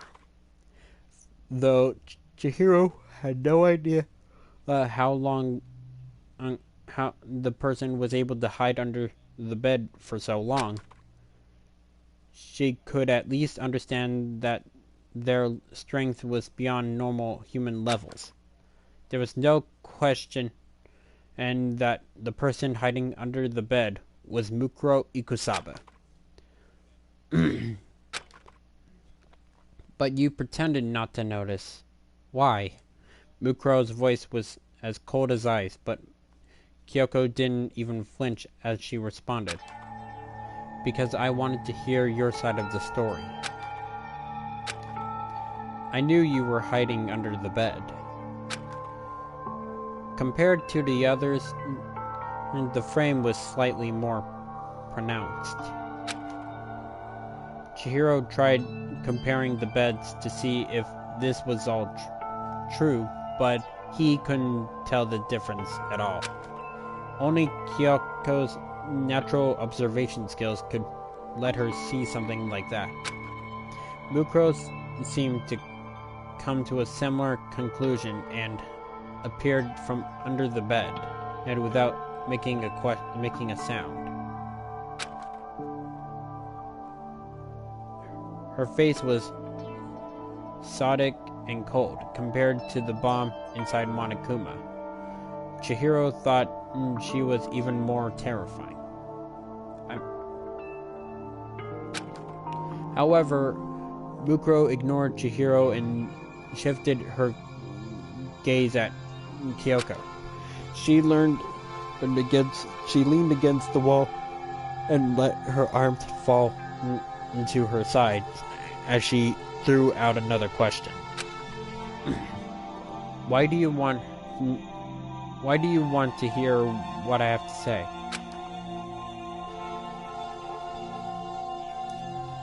Kyoko thought about this simple question for a while, as if she were searching within her own heart for a reason. if I have to provide an answer, it's because I wish to remain a neutral. Kyoko quietly looked down. I'm currently missing most of my memories. I don't know who I am or what my talent I had to be, except into the school. She could hear Chihiro gasp behind her, but Kyoko didn't mind and continued. But even so, I believe I should listen to what you have to say. Regardless of whether you're good or evil, I must hear all the facts in order to know the truth. Good and evil all don't matter. I come to a conclusion based on what I see and hear. I think that it's the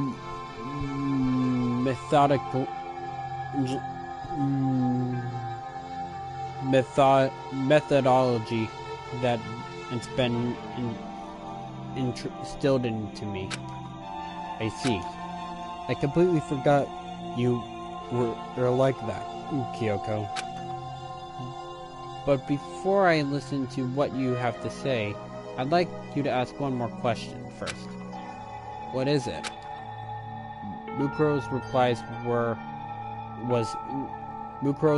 was completely emotionless. Kyoko presented her question as if she were asking it of herself as well.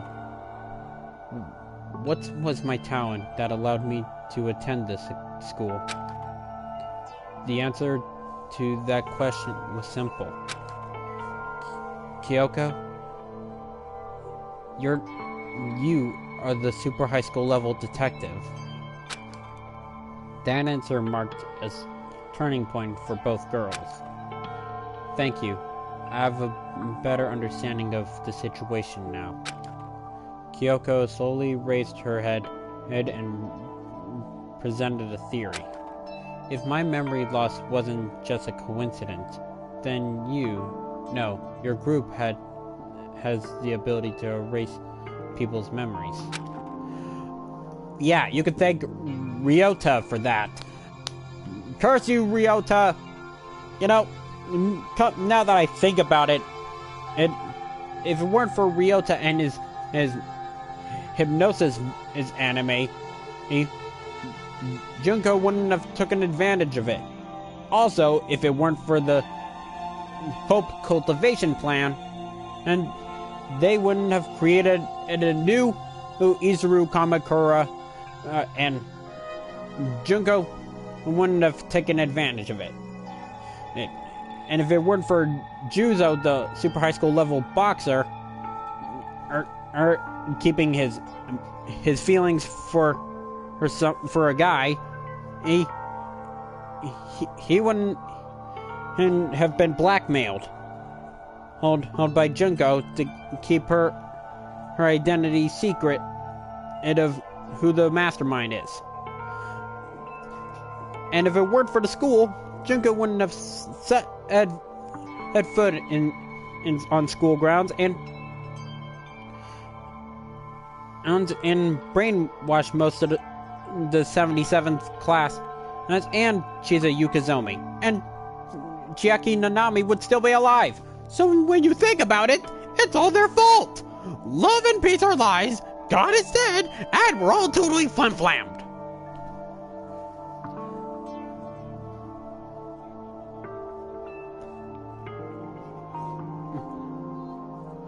With that in mind, if we take into consideration the situation that unfolded in the gym earlier, I can only come to one possibility.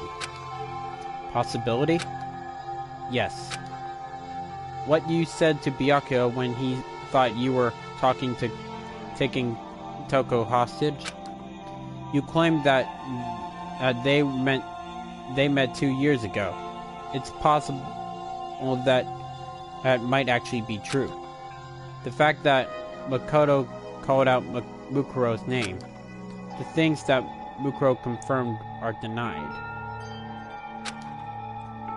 genocider shows outlandish claims.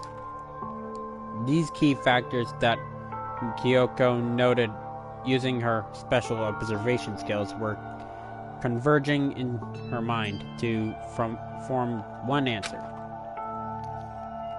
It's possible that Togami and Toko's memories were also erased like mine, but I don't think their circumstances are quite the same as mine. But if our memories can be controlled so freely, it calls into question whether the day Monokuma appeared was really the same day we entered the school. Like you said, it's possible that we've known Toko Fukawa for the last 2 years. What do you mean? Chihiro cried, still working on connecting her laptop to Monokuma's parts. Kyoko continued, speaking to both Chihiro and Mukuro. We thought we were knocked unconscious with sleeping gas the moment we have arrived at the school, but it's possible that we've simply made the thing that's what happened. For example, we may have already spent the last 2 years at Hope's Peak High School, and our memories of that time were completely erased. It's even possible that we're not even super high school level students at all, just random people who were implanted with 16 years worth of false memories. Though Kyoko's claim sounded ridiculous, her face was completely serious. She looked up at Mukuro once again, which means I'm considering the possibility that your crazy story is actually the truth. Kyoko's declaration filled the room with silence, but she didn't let that silence overwhelm her. Kyoko cut through it with her own words. Without evidence, all I can do is make hypothesis. That's why I wanted to hear what you have to say, Mukuro. I have no intention of blindly believing. What are you going to say? What you're going to say? Or what that self-proclaimed hacker who took over Monokuma said. She paused and lowered her eyes again, then declared with powerful determination. Even so, I intended to come to a conclusion as fairly as objective as I can. But I can only do that if you trust me and tell me the truth. Kyoko's contradiction was clear from her voice. Mukuro's eyes narrowed slightly, and a tapestry of emotions flashed across her face and as she looked toward Kyoko. But when she opened her mouth, her expression and voice were completely devoid of emotion. That's right. I completely forgot you were like that. Mukuro repeated this to herself softly, then faced Kyoko and declared, "That must be why Junko took care of erasing more of your memories compared to the others." Very well, I'll tell you everything.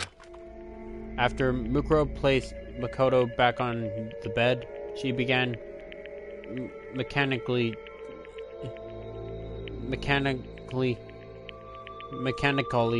tell a story. The story of a girl who wanted to fill the world with despair.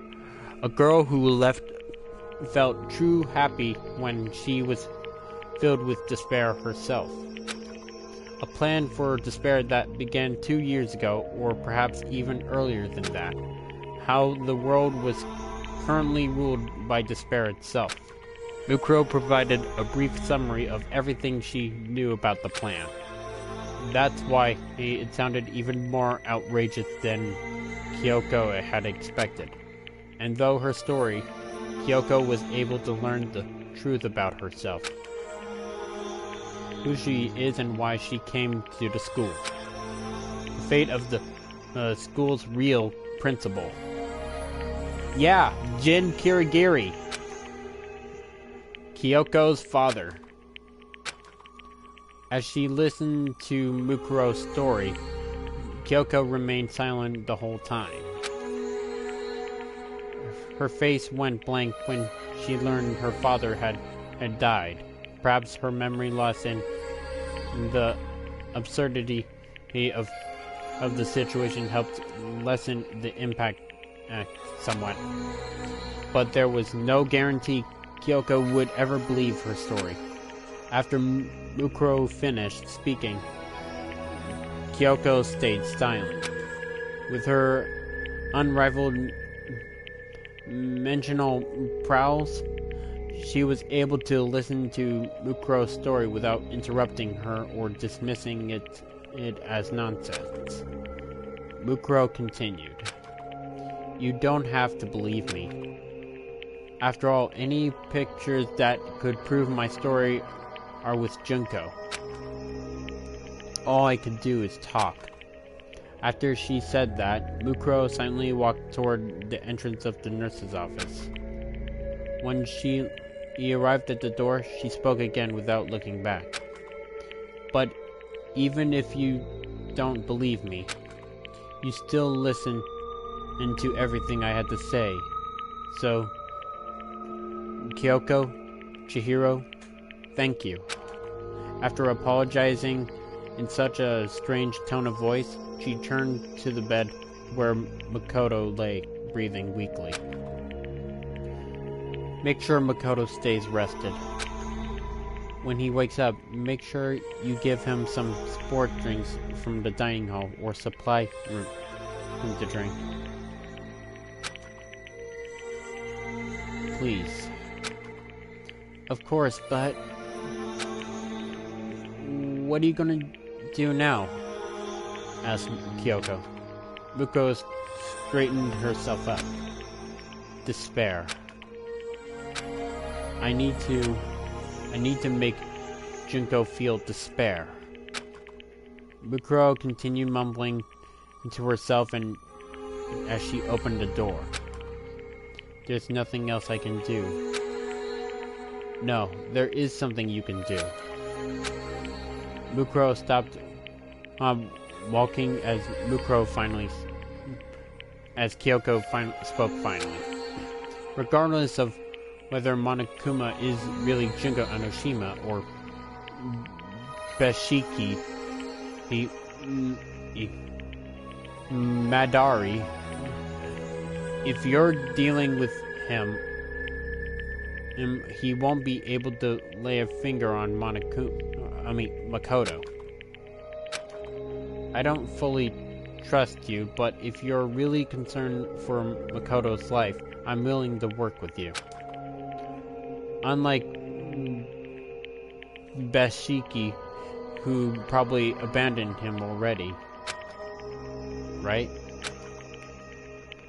I'm sorry. I don't really work well with others.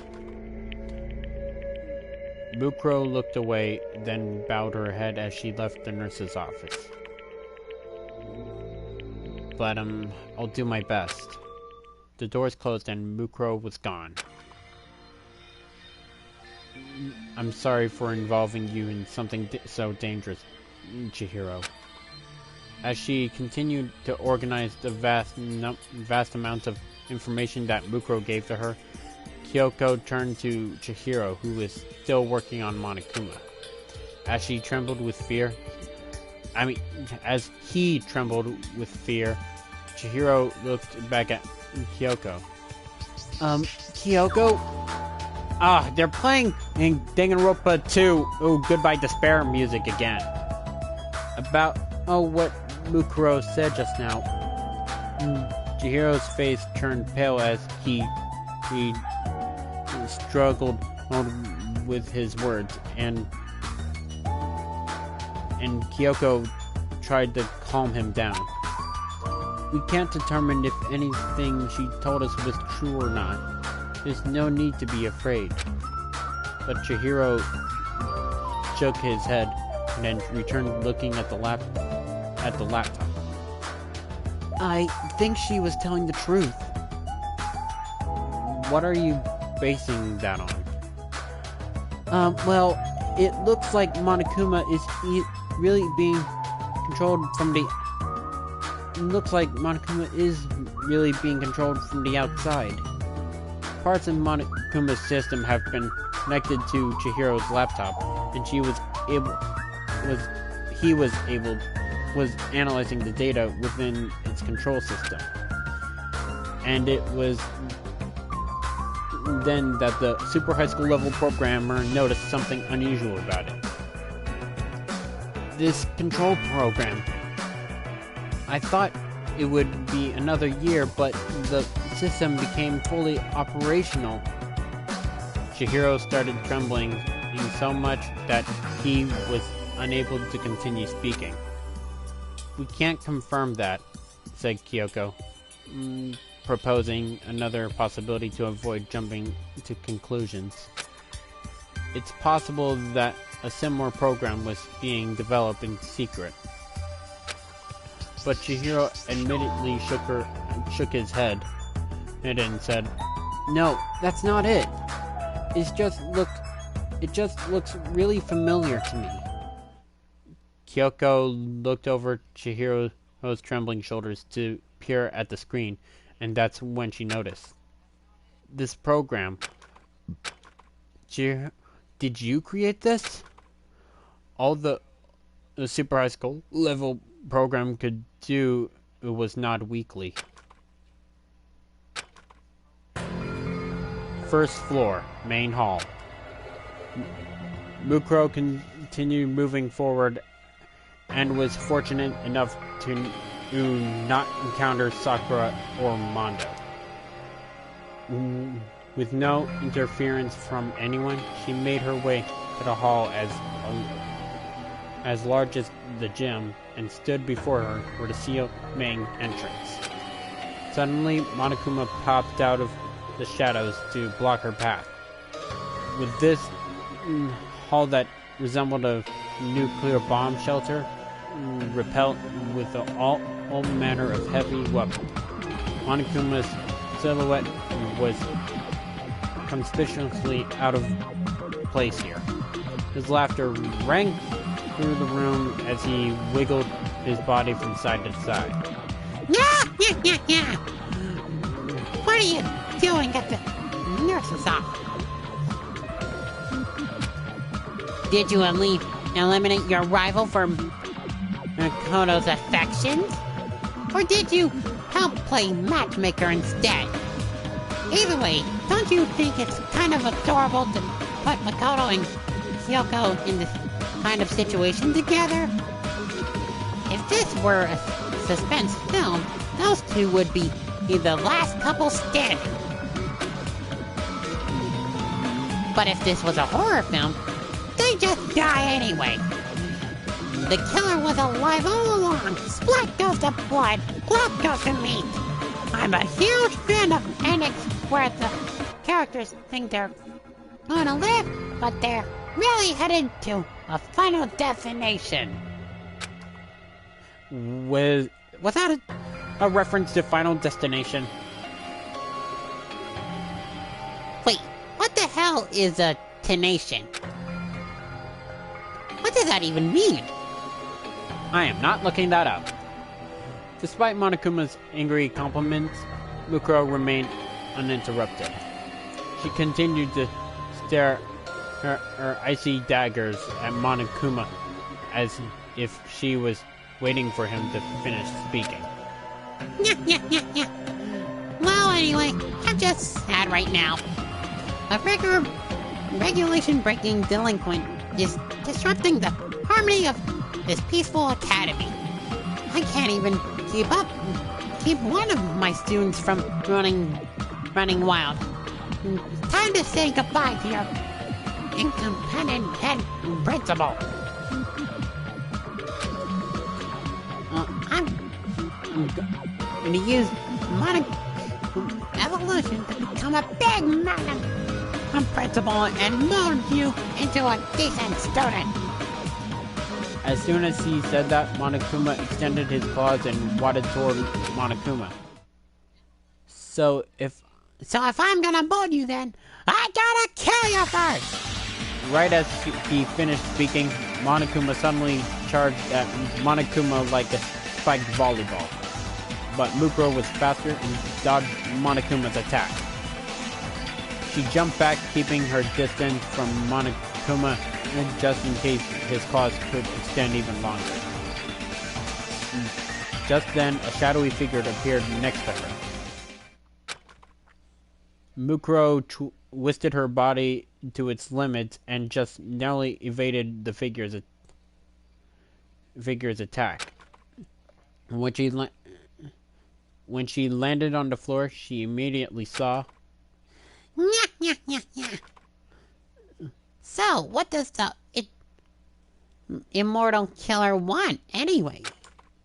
Are you gonna tell the others the truth and escape with them? Even though... what the outside world is like right now? Two Monokumas were speaking to Monokuma in unison. Honestly, I don't mind if you do that.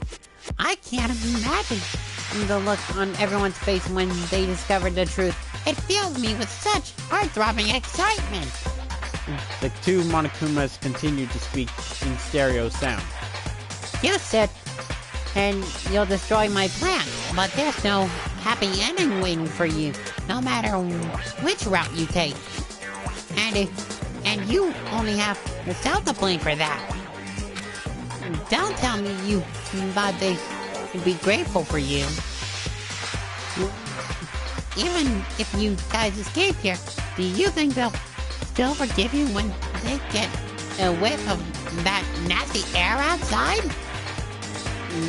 Some of them might prefer to stay in the school, and some of them might resent you for being kind and telling them the truth. But then again, this is all your fault anyway, so it doesn't really matter what they think of you. Monokuma, I made a little mistake. Despite facing down two Monokumas, Mukuro's expression did not waver. She understood that controlling two Monokumas simultaneously was a piece of cake for Junko.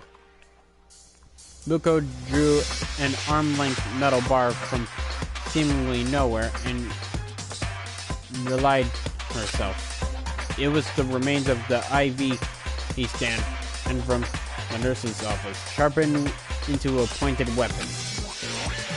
With her weapon in hand, Mukuro responded in a cold, mechanical tone. That's fine. I'm already used to that. None of the fear she felt when Monokuma suggested that Makoto would blame her appeared on her face. Her path was clear to her now. She calmly issued her demand to Monokuma. Open the gates, Junko. The shock of such a straightforward demand left both Monokumas momentarily speechless, but soon they replied, Huh? Why? So we can all leave together. Another straightforward answer. Both Monokumas faced each other and began gesturing as if they were whispering to one another. Mukuro knew their movements were intended to mock her. Unmoved, she continued to speak to Junko directly. I think they'll understand if I show them the outside. And then they'll stop doubting Makoto. You always find new ways to disappoint me, Mukuro. Did you forget why the school had an air filtration system? It's true that the air outside is polluted, but I don't think it will kill us immediately. Besides, it's better than being trapped in the school and being forced to kill each other. How can you be sure the others will go along with you? You know what I mean, right?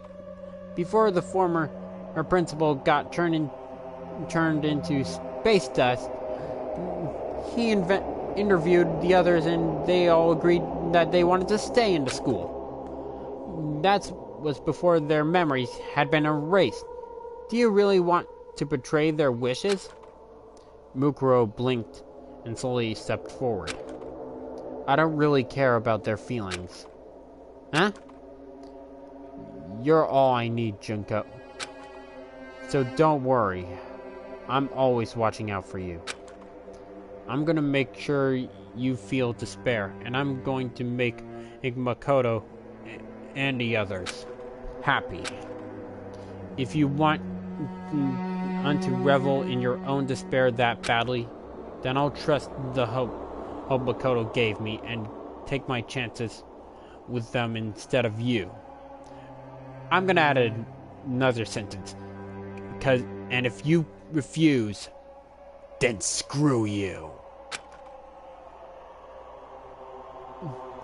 Mukuro's belief but powerful words caused the Monokumas to turn and talking to each other again. Oh my, this doesn't look good at all, Monokuma A. This child doesn't realize her own hypocrisy. She is disappointing. She's so disappointing that she's starting to reach critical mass, right, Monokuma B? The two Monokumas looked at Mukuro, who seemed ready to destroy them, and said, "What do you think, Monokuma C?" What? A third Monokuma? Really? There's a third one? And what is she using? Her feet?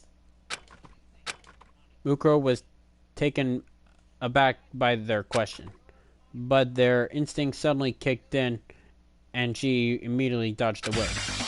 At that moment, a third Monokuma clawed extendedly passed by where her head had been previously. This new Monokuma unit landed with several spins and faced Mukuro, who had clung to the remains of a surveillance camera still attached to the sill. I agree with you both, A and B. The three Monokumas lined themselves up. To the students locked inside this school, on this site would have been akin of to a nightmare. Right on! The three units began speaking in perfect harmony as their six eyes looked up at Mukuro. Suddenly, they each jumped away in separate directions and kicked off one of the walls. The path of each unit's triangular attack all converged into one single point, Mukuro, who was still clinging to the ceiling. She was surrounded by a razor-sharp claw coming at her from different directions, but this situation wasn't even a nightmare to Mukuro. Compared to the time she fended off three assassins who invaded her camp one night back when she was still a member of Fenrir, this was nothing. This thought crossed Mukuro's mind, and she dangled from the ceiling with one hand and thrashed her limbs around like a tornado. Intercepting by this move, the Monokumas fell to the floor with a loud crash. Mukuro landed on the ground and crashed after one of them brandishing her metal bar. Suddenly, she stopped moving and took a huge leap back. One of the Monokumas exploded with a deafening roar, and he detonated the bomb inside of himself and attempted to take Mukuro down with him. But thanks to her own battlefield instincts, Mukuro managed to avoid the explosion. She looked toward the hallway, expected the explosion to have attracted the attention of Sakura and the others. But she didn't hear any footsteps approaching. Monokuma's voice rang from within the dense smoke. Oh, you don't have to worry. I already told the other students to assemble in the cafeteria. They're eager to follow my orders after I told them I disarmed the poison gas and that special police unit was coming to get them. I'm pretty sure Kyoko and the others are all in the cafeteria now. I'm sure Makoto is with them too. I doubt Misako will get too rough with him, but I'm sure Sayaka will torture Makoto once he's awake.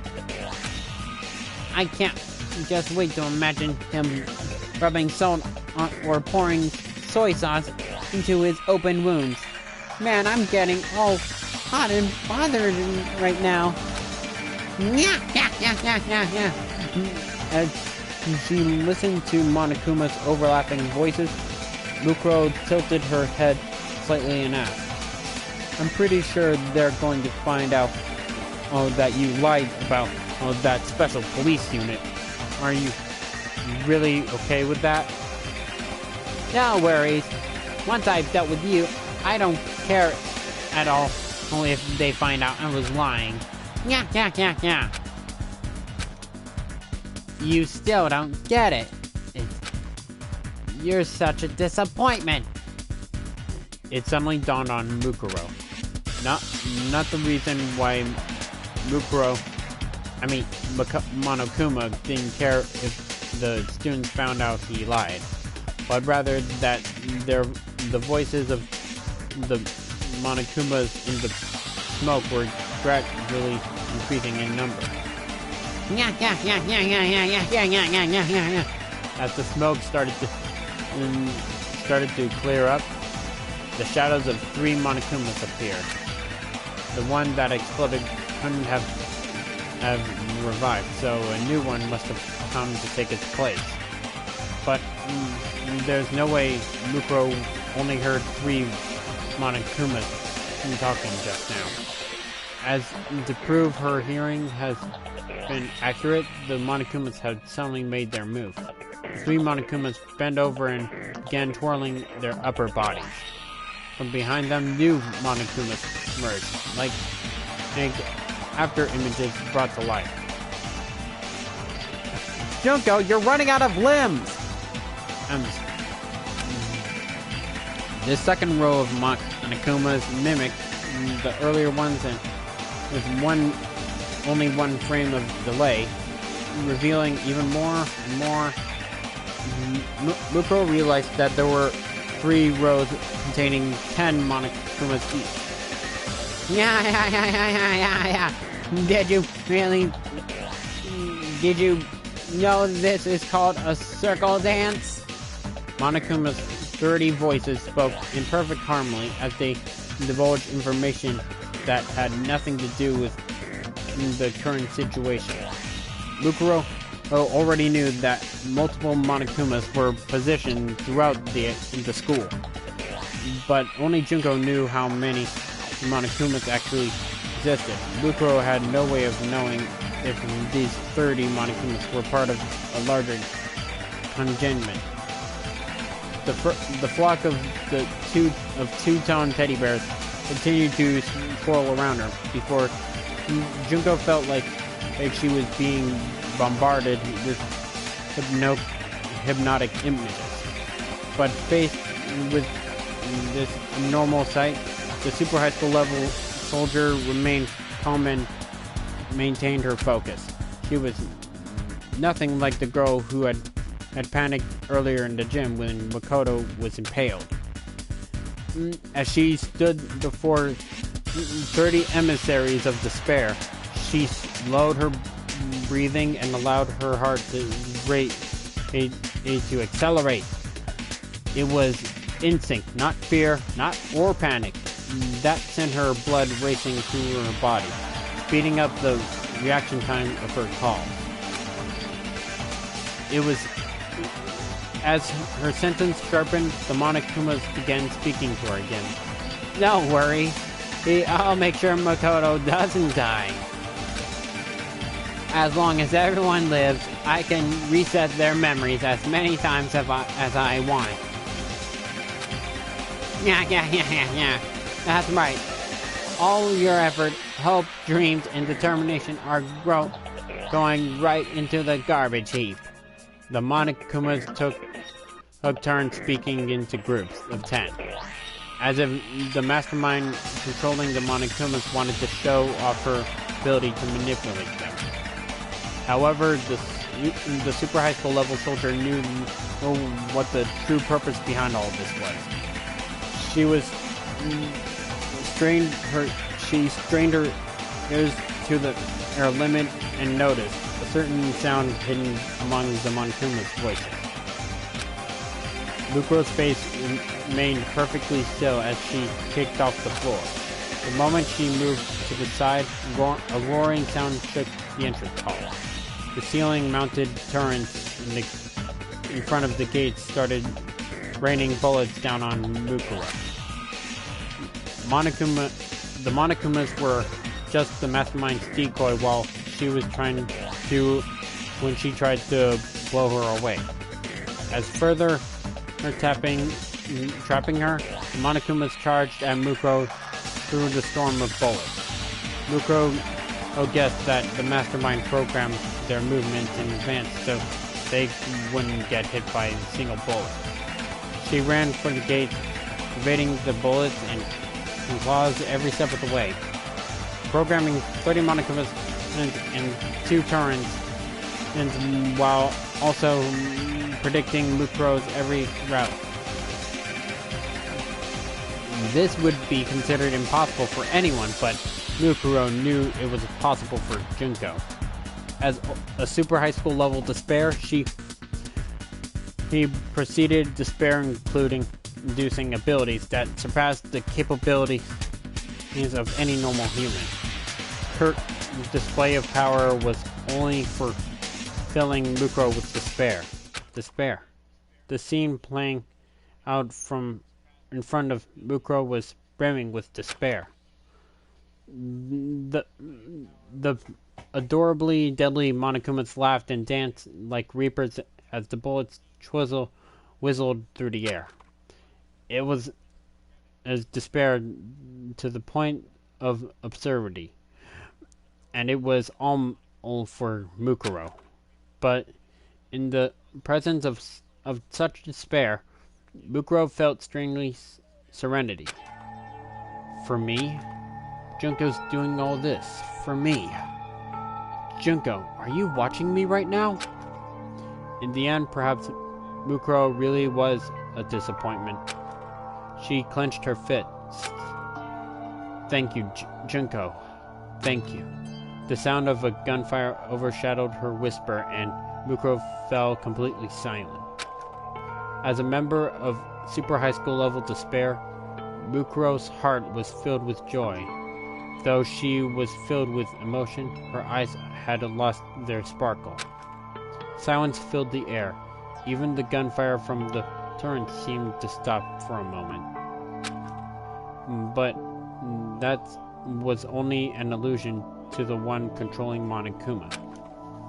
Something strong enough to silence the gunfire and avoid being picked up by the sensors spread throughout the school, with Mukuro at the center. I'll make sure I'll do this right. With that final thought, she closed her mouth and turned off her emotions. As she ran through the waves of scorching bullets, the air around her began to grow colder. As this coolness spread into her heart, it began to beat in a mechanical fashion. Several seconds later, Mukuro's body and mind melded together and became one with her surroundings. Her temperature now dominated the battlefield. Despair, bullets, and Monokumas filled the area. Mukuro predicted their movements and jumped into the air without any hesitation. One of the Monokumas jumped at her, but she avoided his attack, kicked his body, and launched herself in midair. Bullets pierced through the space Mukuro was previously occupying, and striking the falling Monokumas right through its internal bomb. The impact of the bullet caused it to explode, sending fiery Monokuma parts everywhere. As she rode the blast wave, Mukuro balanced herself in midair, and she kicked away 2-3 Monokumas that leapt after her. She moved so graciously she was practically flying. In contrast, the Monokumas threw themselves in the path, overcoming bullets, exploded one after another. Some of them exploded near the main entrance, but their blasts didn't even scratch. With the full control over the entrance, Mukuro evaded bullets and confirmed that the bombs inside Monokuma weren't enough to destroy the door. But she refused to stop. Mukuro needed to get information of what she must do to escape this academy. She had no desire to kill Junko. Mukuro wanted to fill Junko with despair.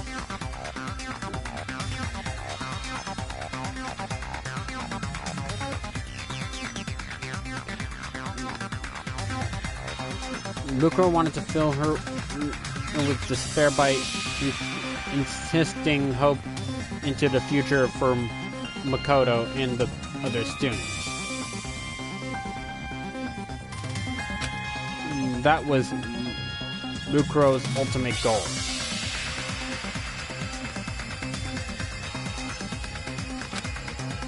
Get information.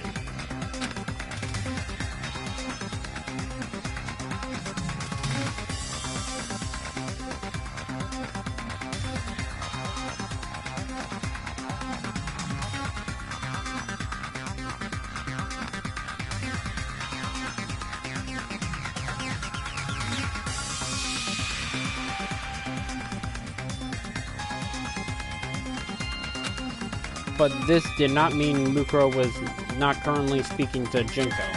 This situation, this was a battle of death and destruction. Was a conversation of sorts for Mukuro.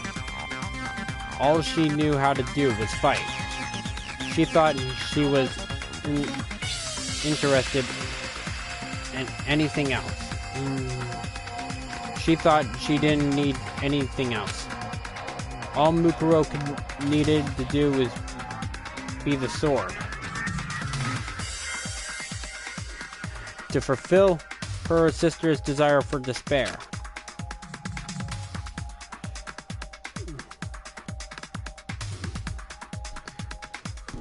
That purpose alone was the crux of her existence. And she lived her entire life in convincing herself that she couldn't do anything else.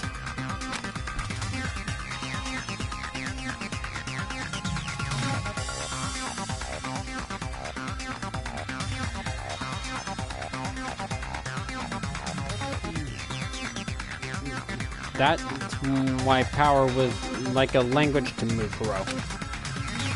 A battle to the death revealed more about her heart and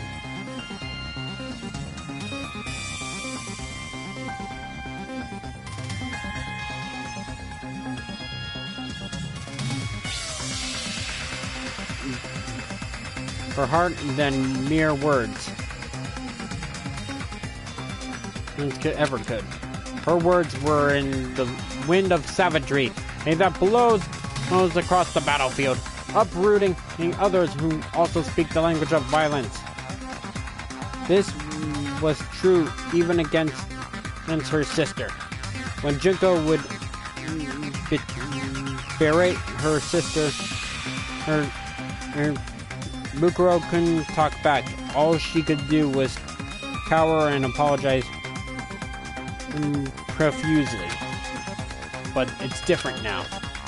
For the time Junko was using a language her sister actually recognized, the child of despair who tore the world apart was speaking to her sister with the language of power. Mukuro's heart was filled with joy. For that reason, she strengthened her focus on her conversation with Junko, and that emotion began to gradually disappear. On this frigid battlefield, Mukuro continued her heated conversation. Endless rounds of despair fired from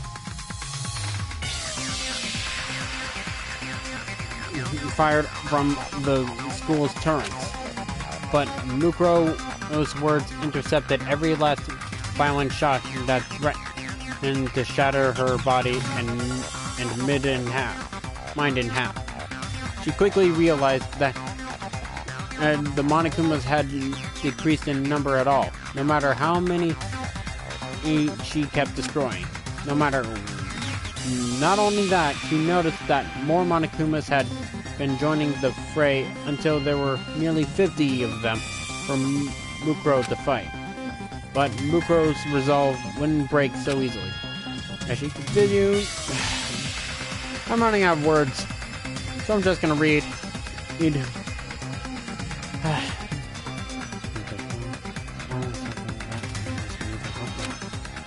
She learned despair from being abandoned by Junko, and she learned hope from her acts of violence. For Mukuro, who has no interest in the world, this small piece in front of the gate was a reflection of her life.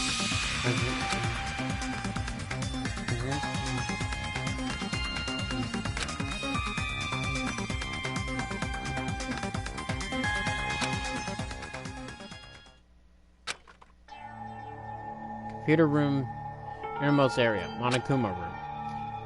How much time has passed? The surveillance camera at the gate were capturing footage and countless falling at the hands of fought again. Monokuma bolstered their numbers, and now 100 of them were trying to sink their claws into Mukuro.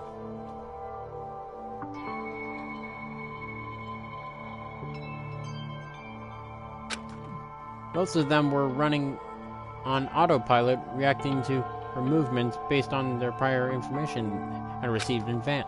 But despite standing before hundreds of mechanical adversaries, Mukuro's face showed no fear. She hadn't sustained a single injury, giving her presence of that was nearly divine to behold. Though Sakura Okami was powerful enough to injure her arm, Mukuro, in her current state, could potentially fight Sakura to draw now. Without relying on firearms, she took complete control of the battlefield, taking her surroundings and as if they were a part of herself.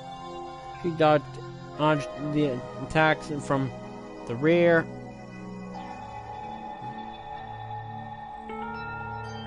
as though she had eyes on the back of her head, and stabbed through Monokuma's weak points.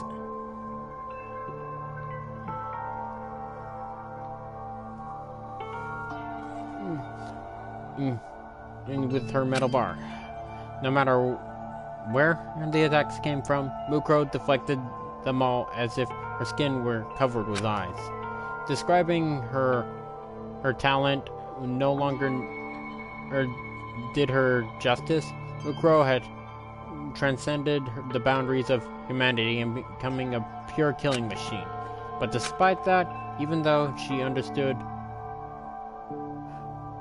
the luxurious power her sister possessed, Junko was not afraid. She felt not one iota of fear. After all Junko can feel is despair.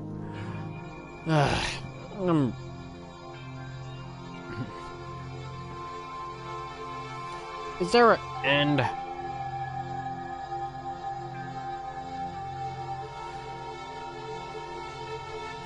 She even started to admire her sister's attempt to fill her with despair, but that sentiment quickly filled Junko with an orgastic estuary of despair. Junko knew. She knew that Mukuro was neither hope nor despair. She was just a phenomenon.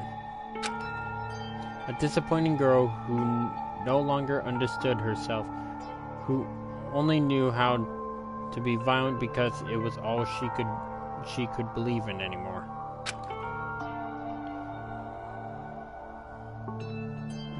Mukuro had become an avatar of destruction beyond and that of any military force. She couldn't even be considered a soldier anymore. She was a natural disaster, like a typhoon or a tornado, or perhaps like gravity. She was now a fundamental force of the universe that only existed to bring despair to Junko. The mastermind enjoyed watching her sister go all out. If Mukuro destroyed everything and ruined her life, Junko would still be comforted by the despair. She could... A familiar... Her hopelessness habit reared its head. Her habit of getting bored. That's what made her sick. The girl who had been grinning and as she watched the screen now bore a look of calmness and reached for the microphone connected to Monokuma's speaker. Mukuro was no longer human anymore, but Junko knew how to bring her back. It was a simple feeling, really, and with that hopeless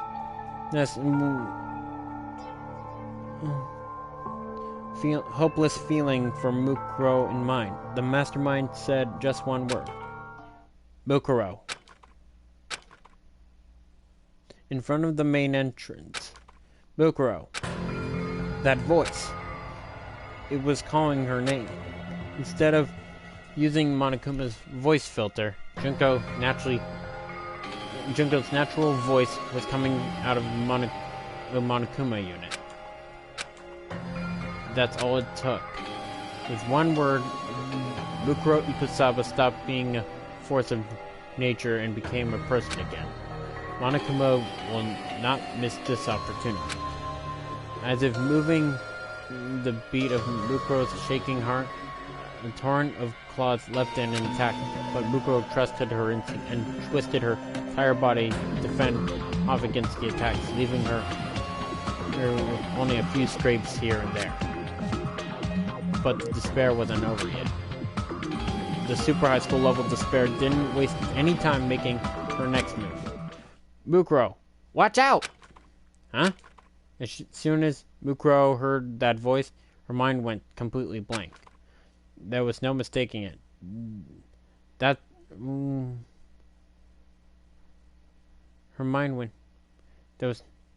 was Makoto's scream. The scream that saved her from the spears of the Gungnir Spears and changed her destiny. No, that's wrong. It took her a tenth of a second to realize that voice was just a sound clip that Junko had replayed. But it was more than enough time to drag Mukuro, who had engaged her humanity, into despair. Right when she recovered from her junk, Monokuma appeared behind her and roundhouse kicked her into the temple. She twisted her head into roll with a blow, but at that moment, a different Monokuma attacked her from the opposite side with a headbutt.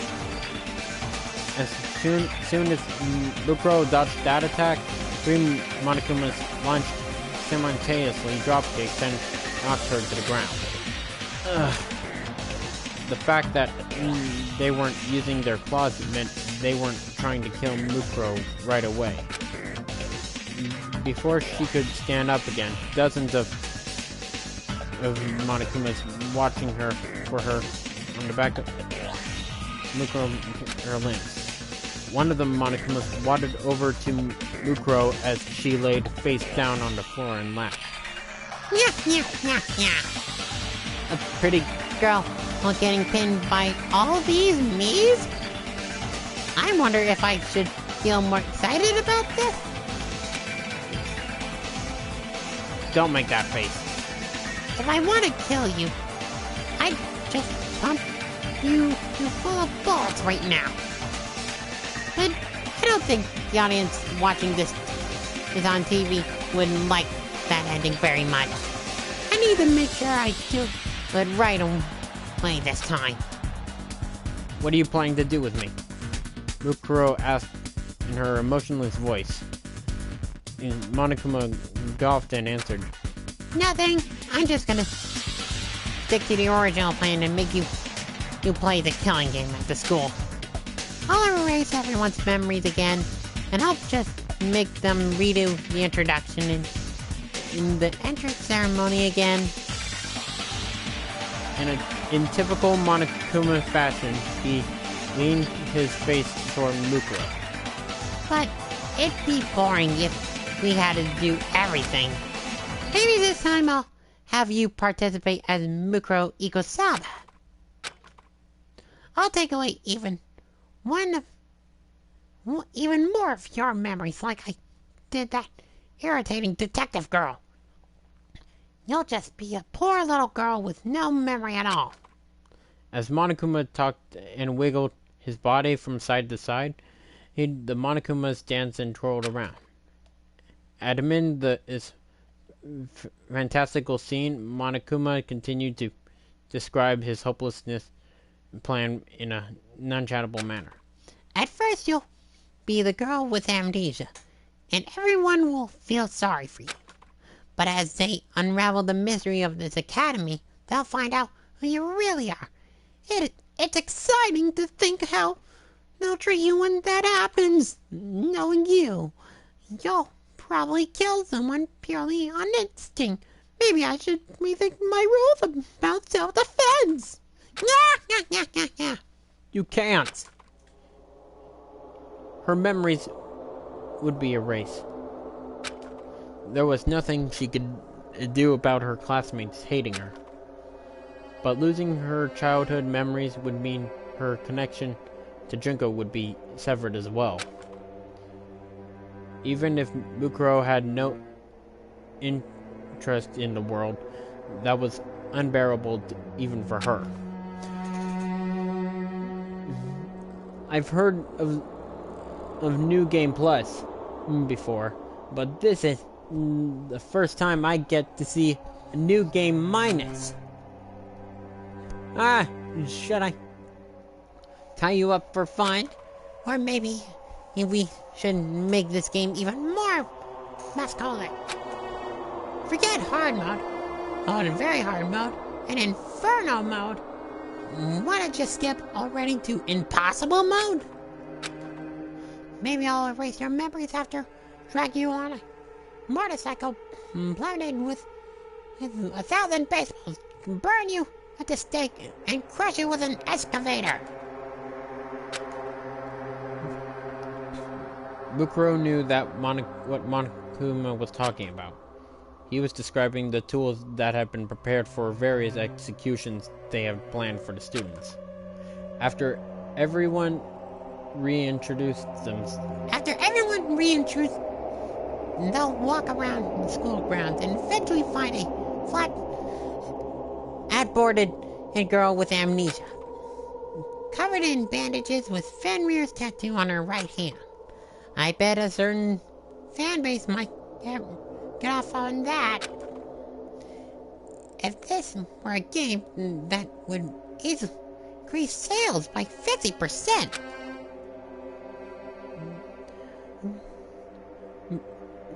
Though Monokuma sounded like he was joking, everything he said was dead serious.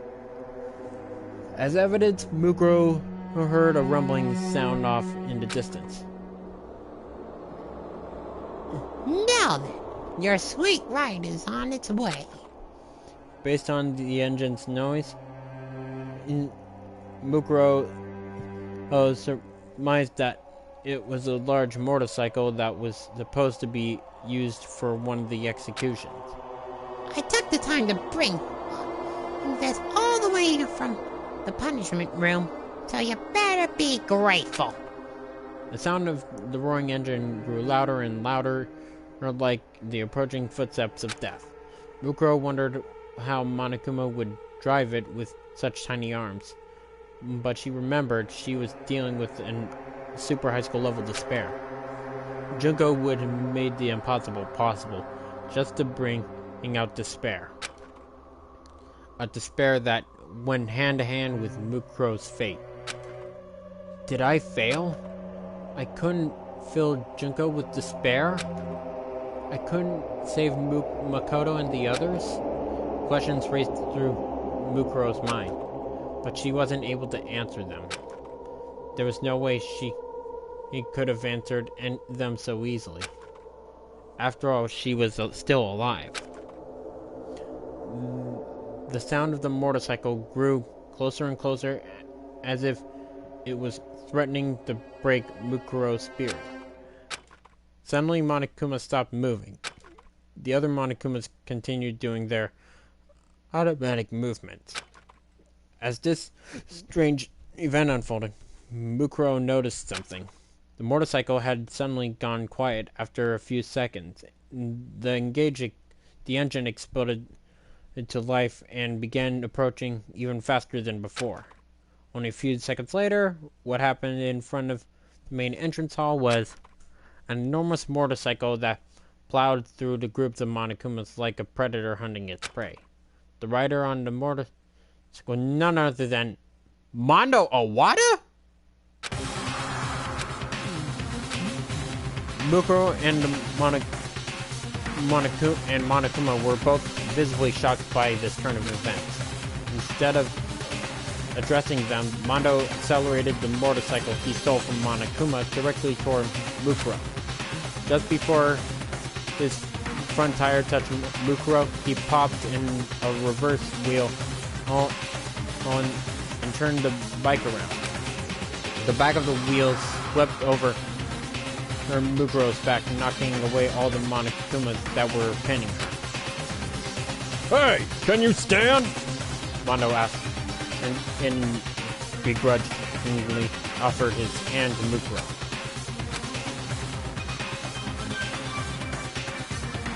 Confused, Mukuro took his hand and stood up. Come with me if you want to live. Now, soldier! Mondo, what are you doing? I was so close.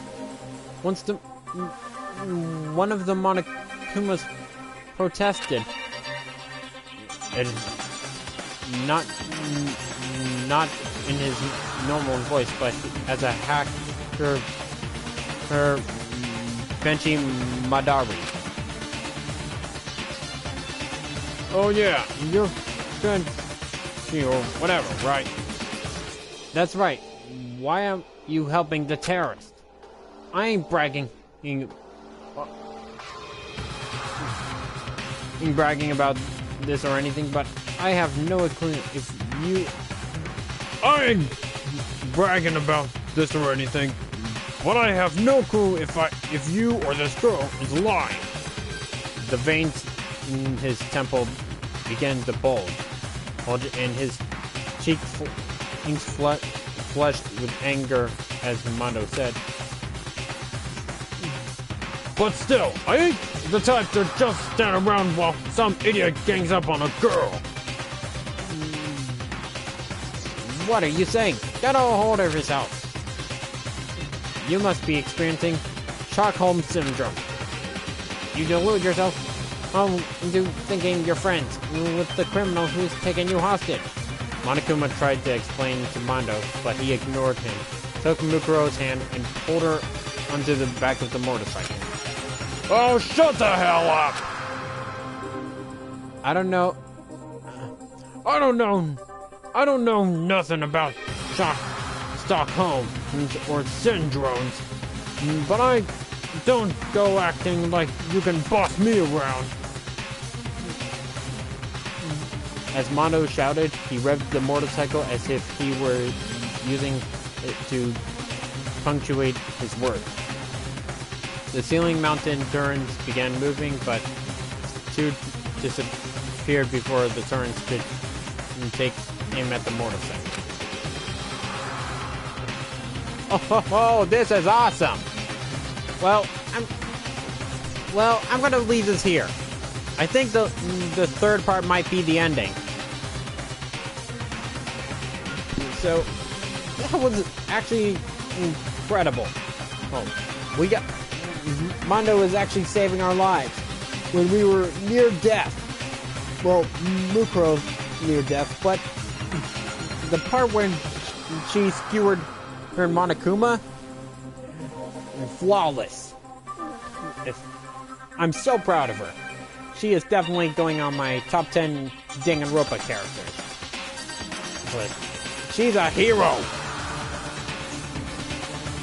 So, I'm going to leave this here. Next time, we might be near the conclusion. And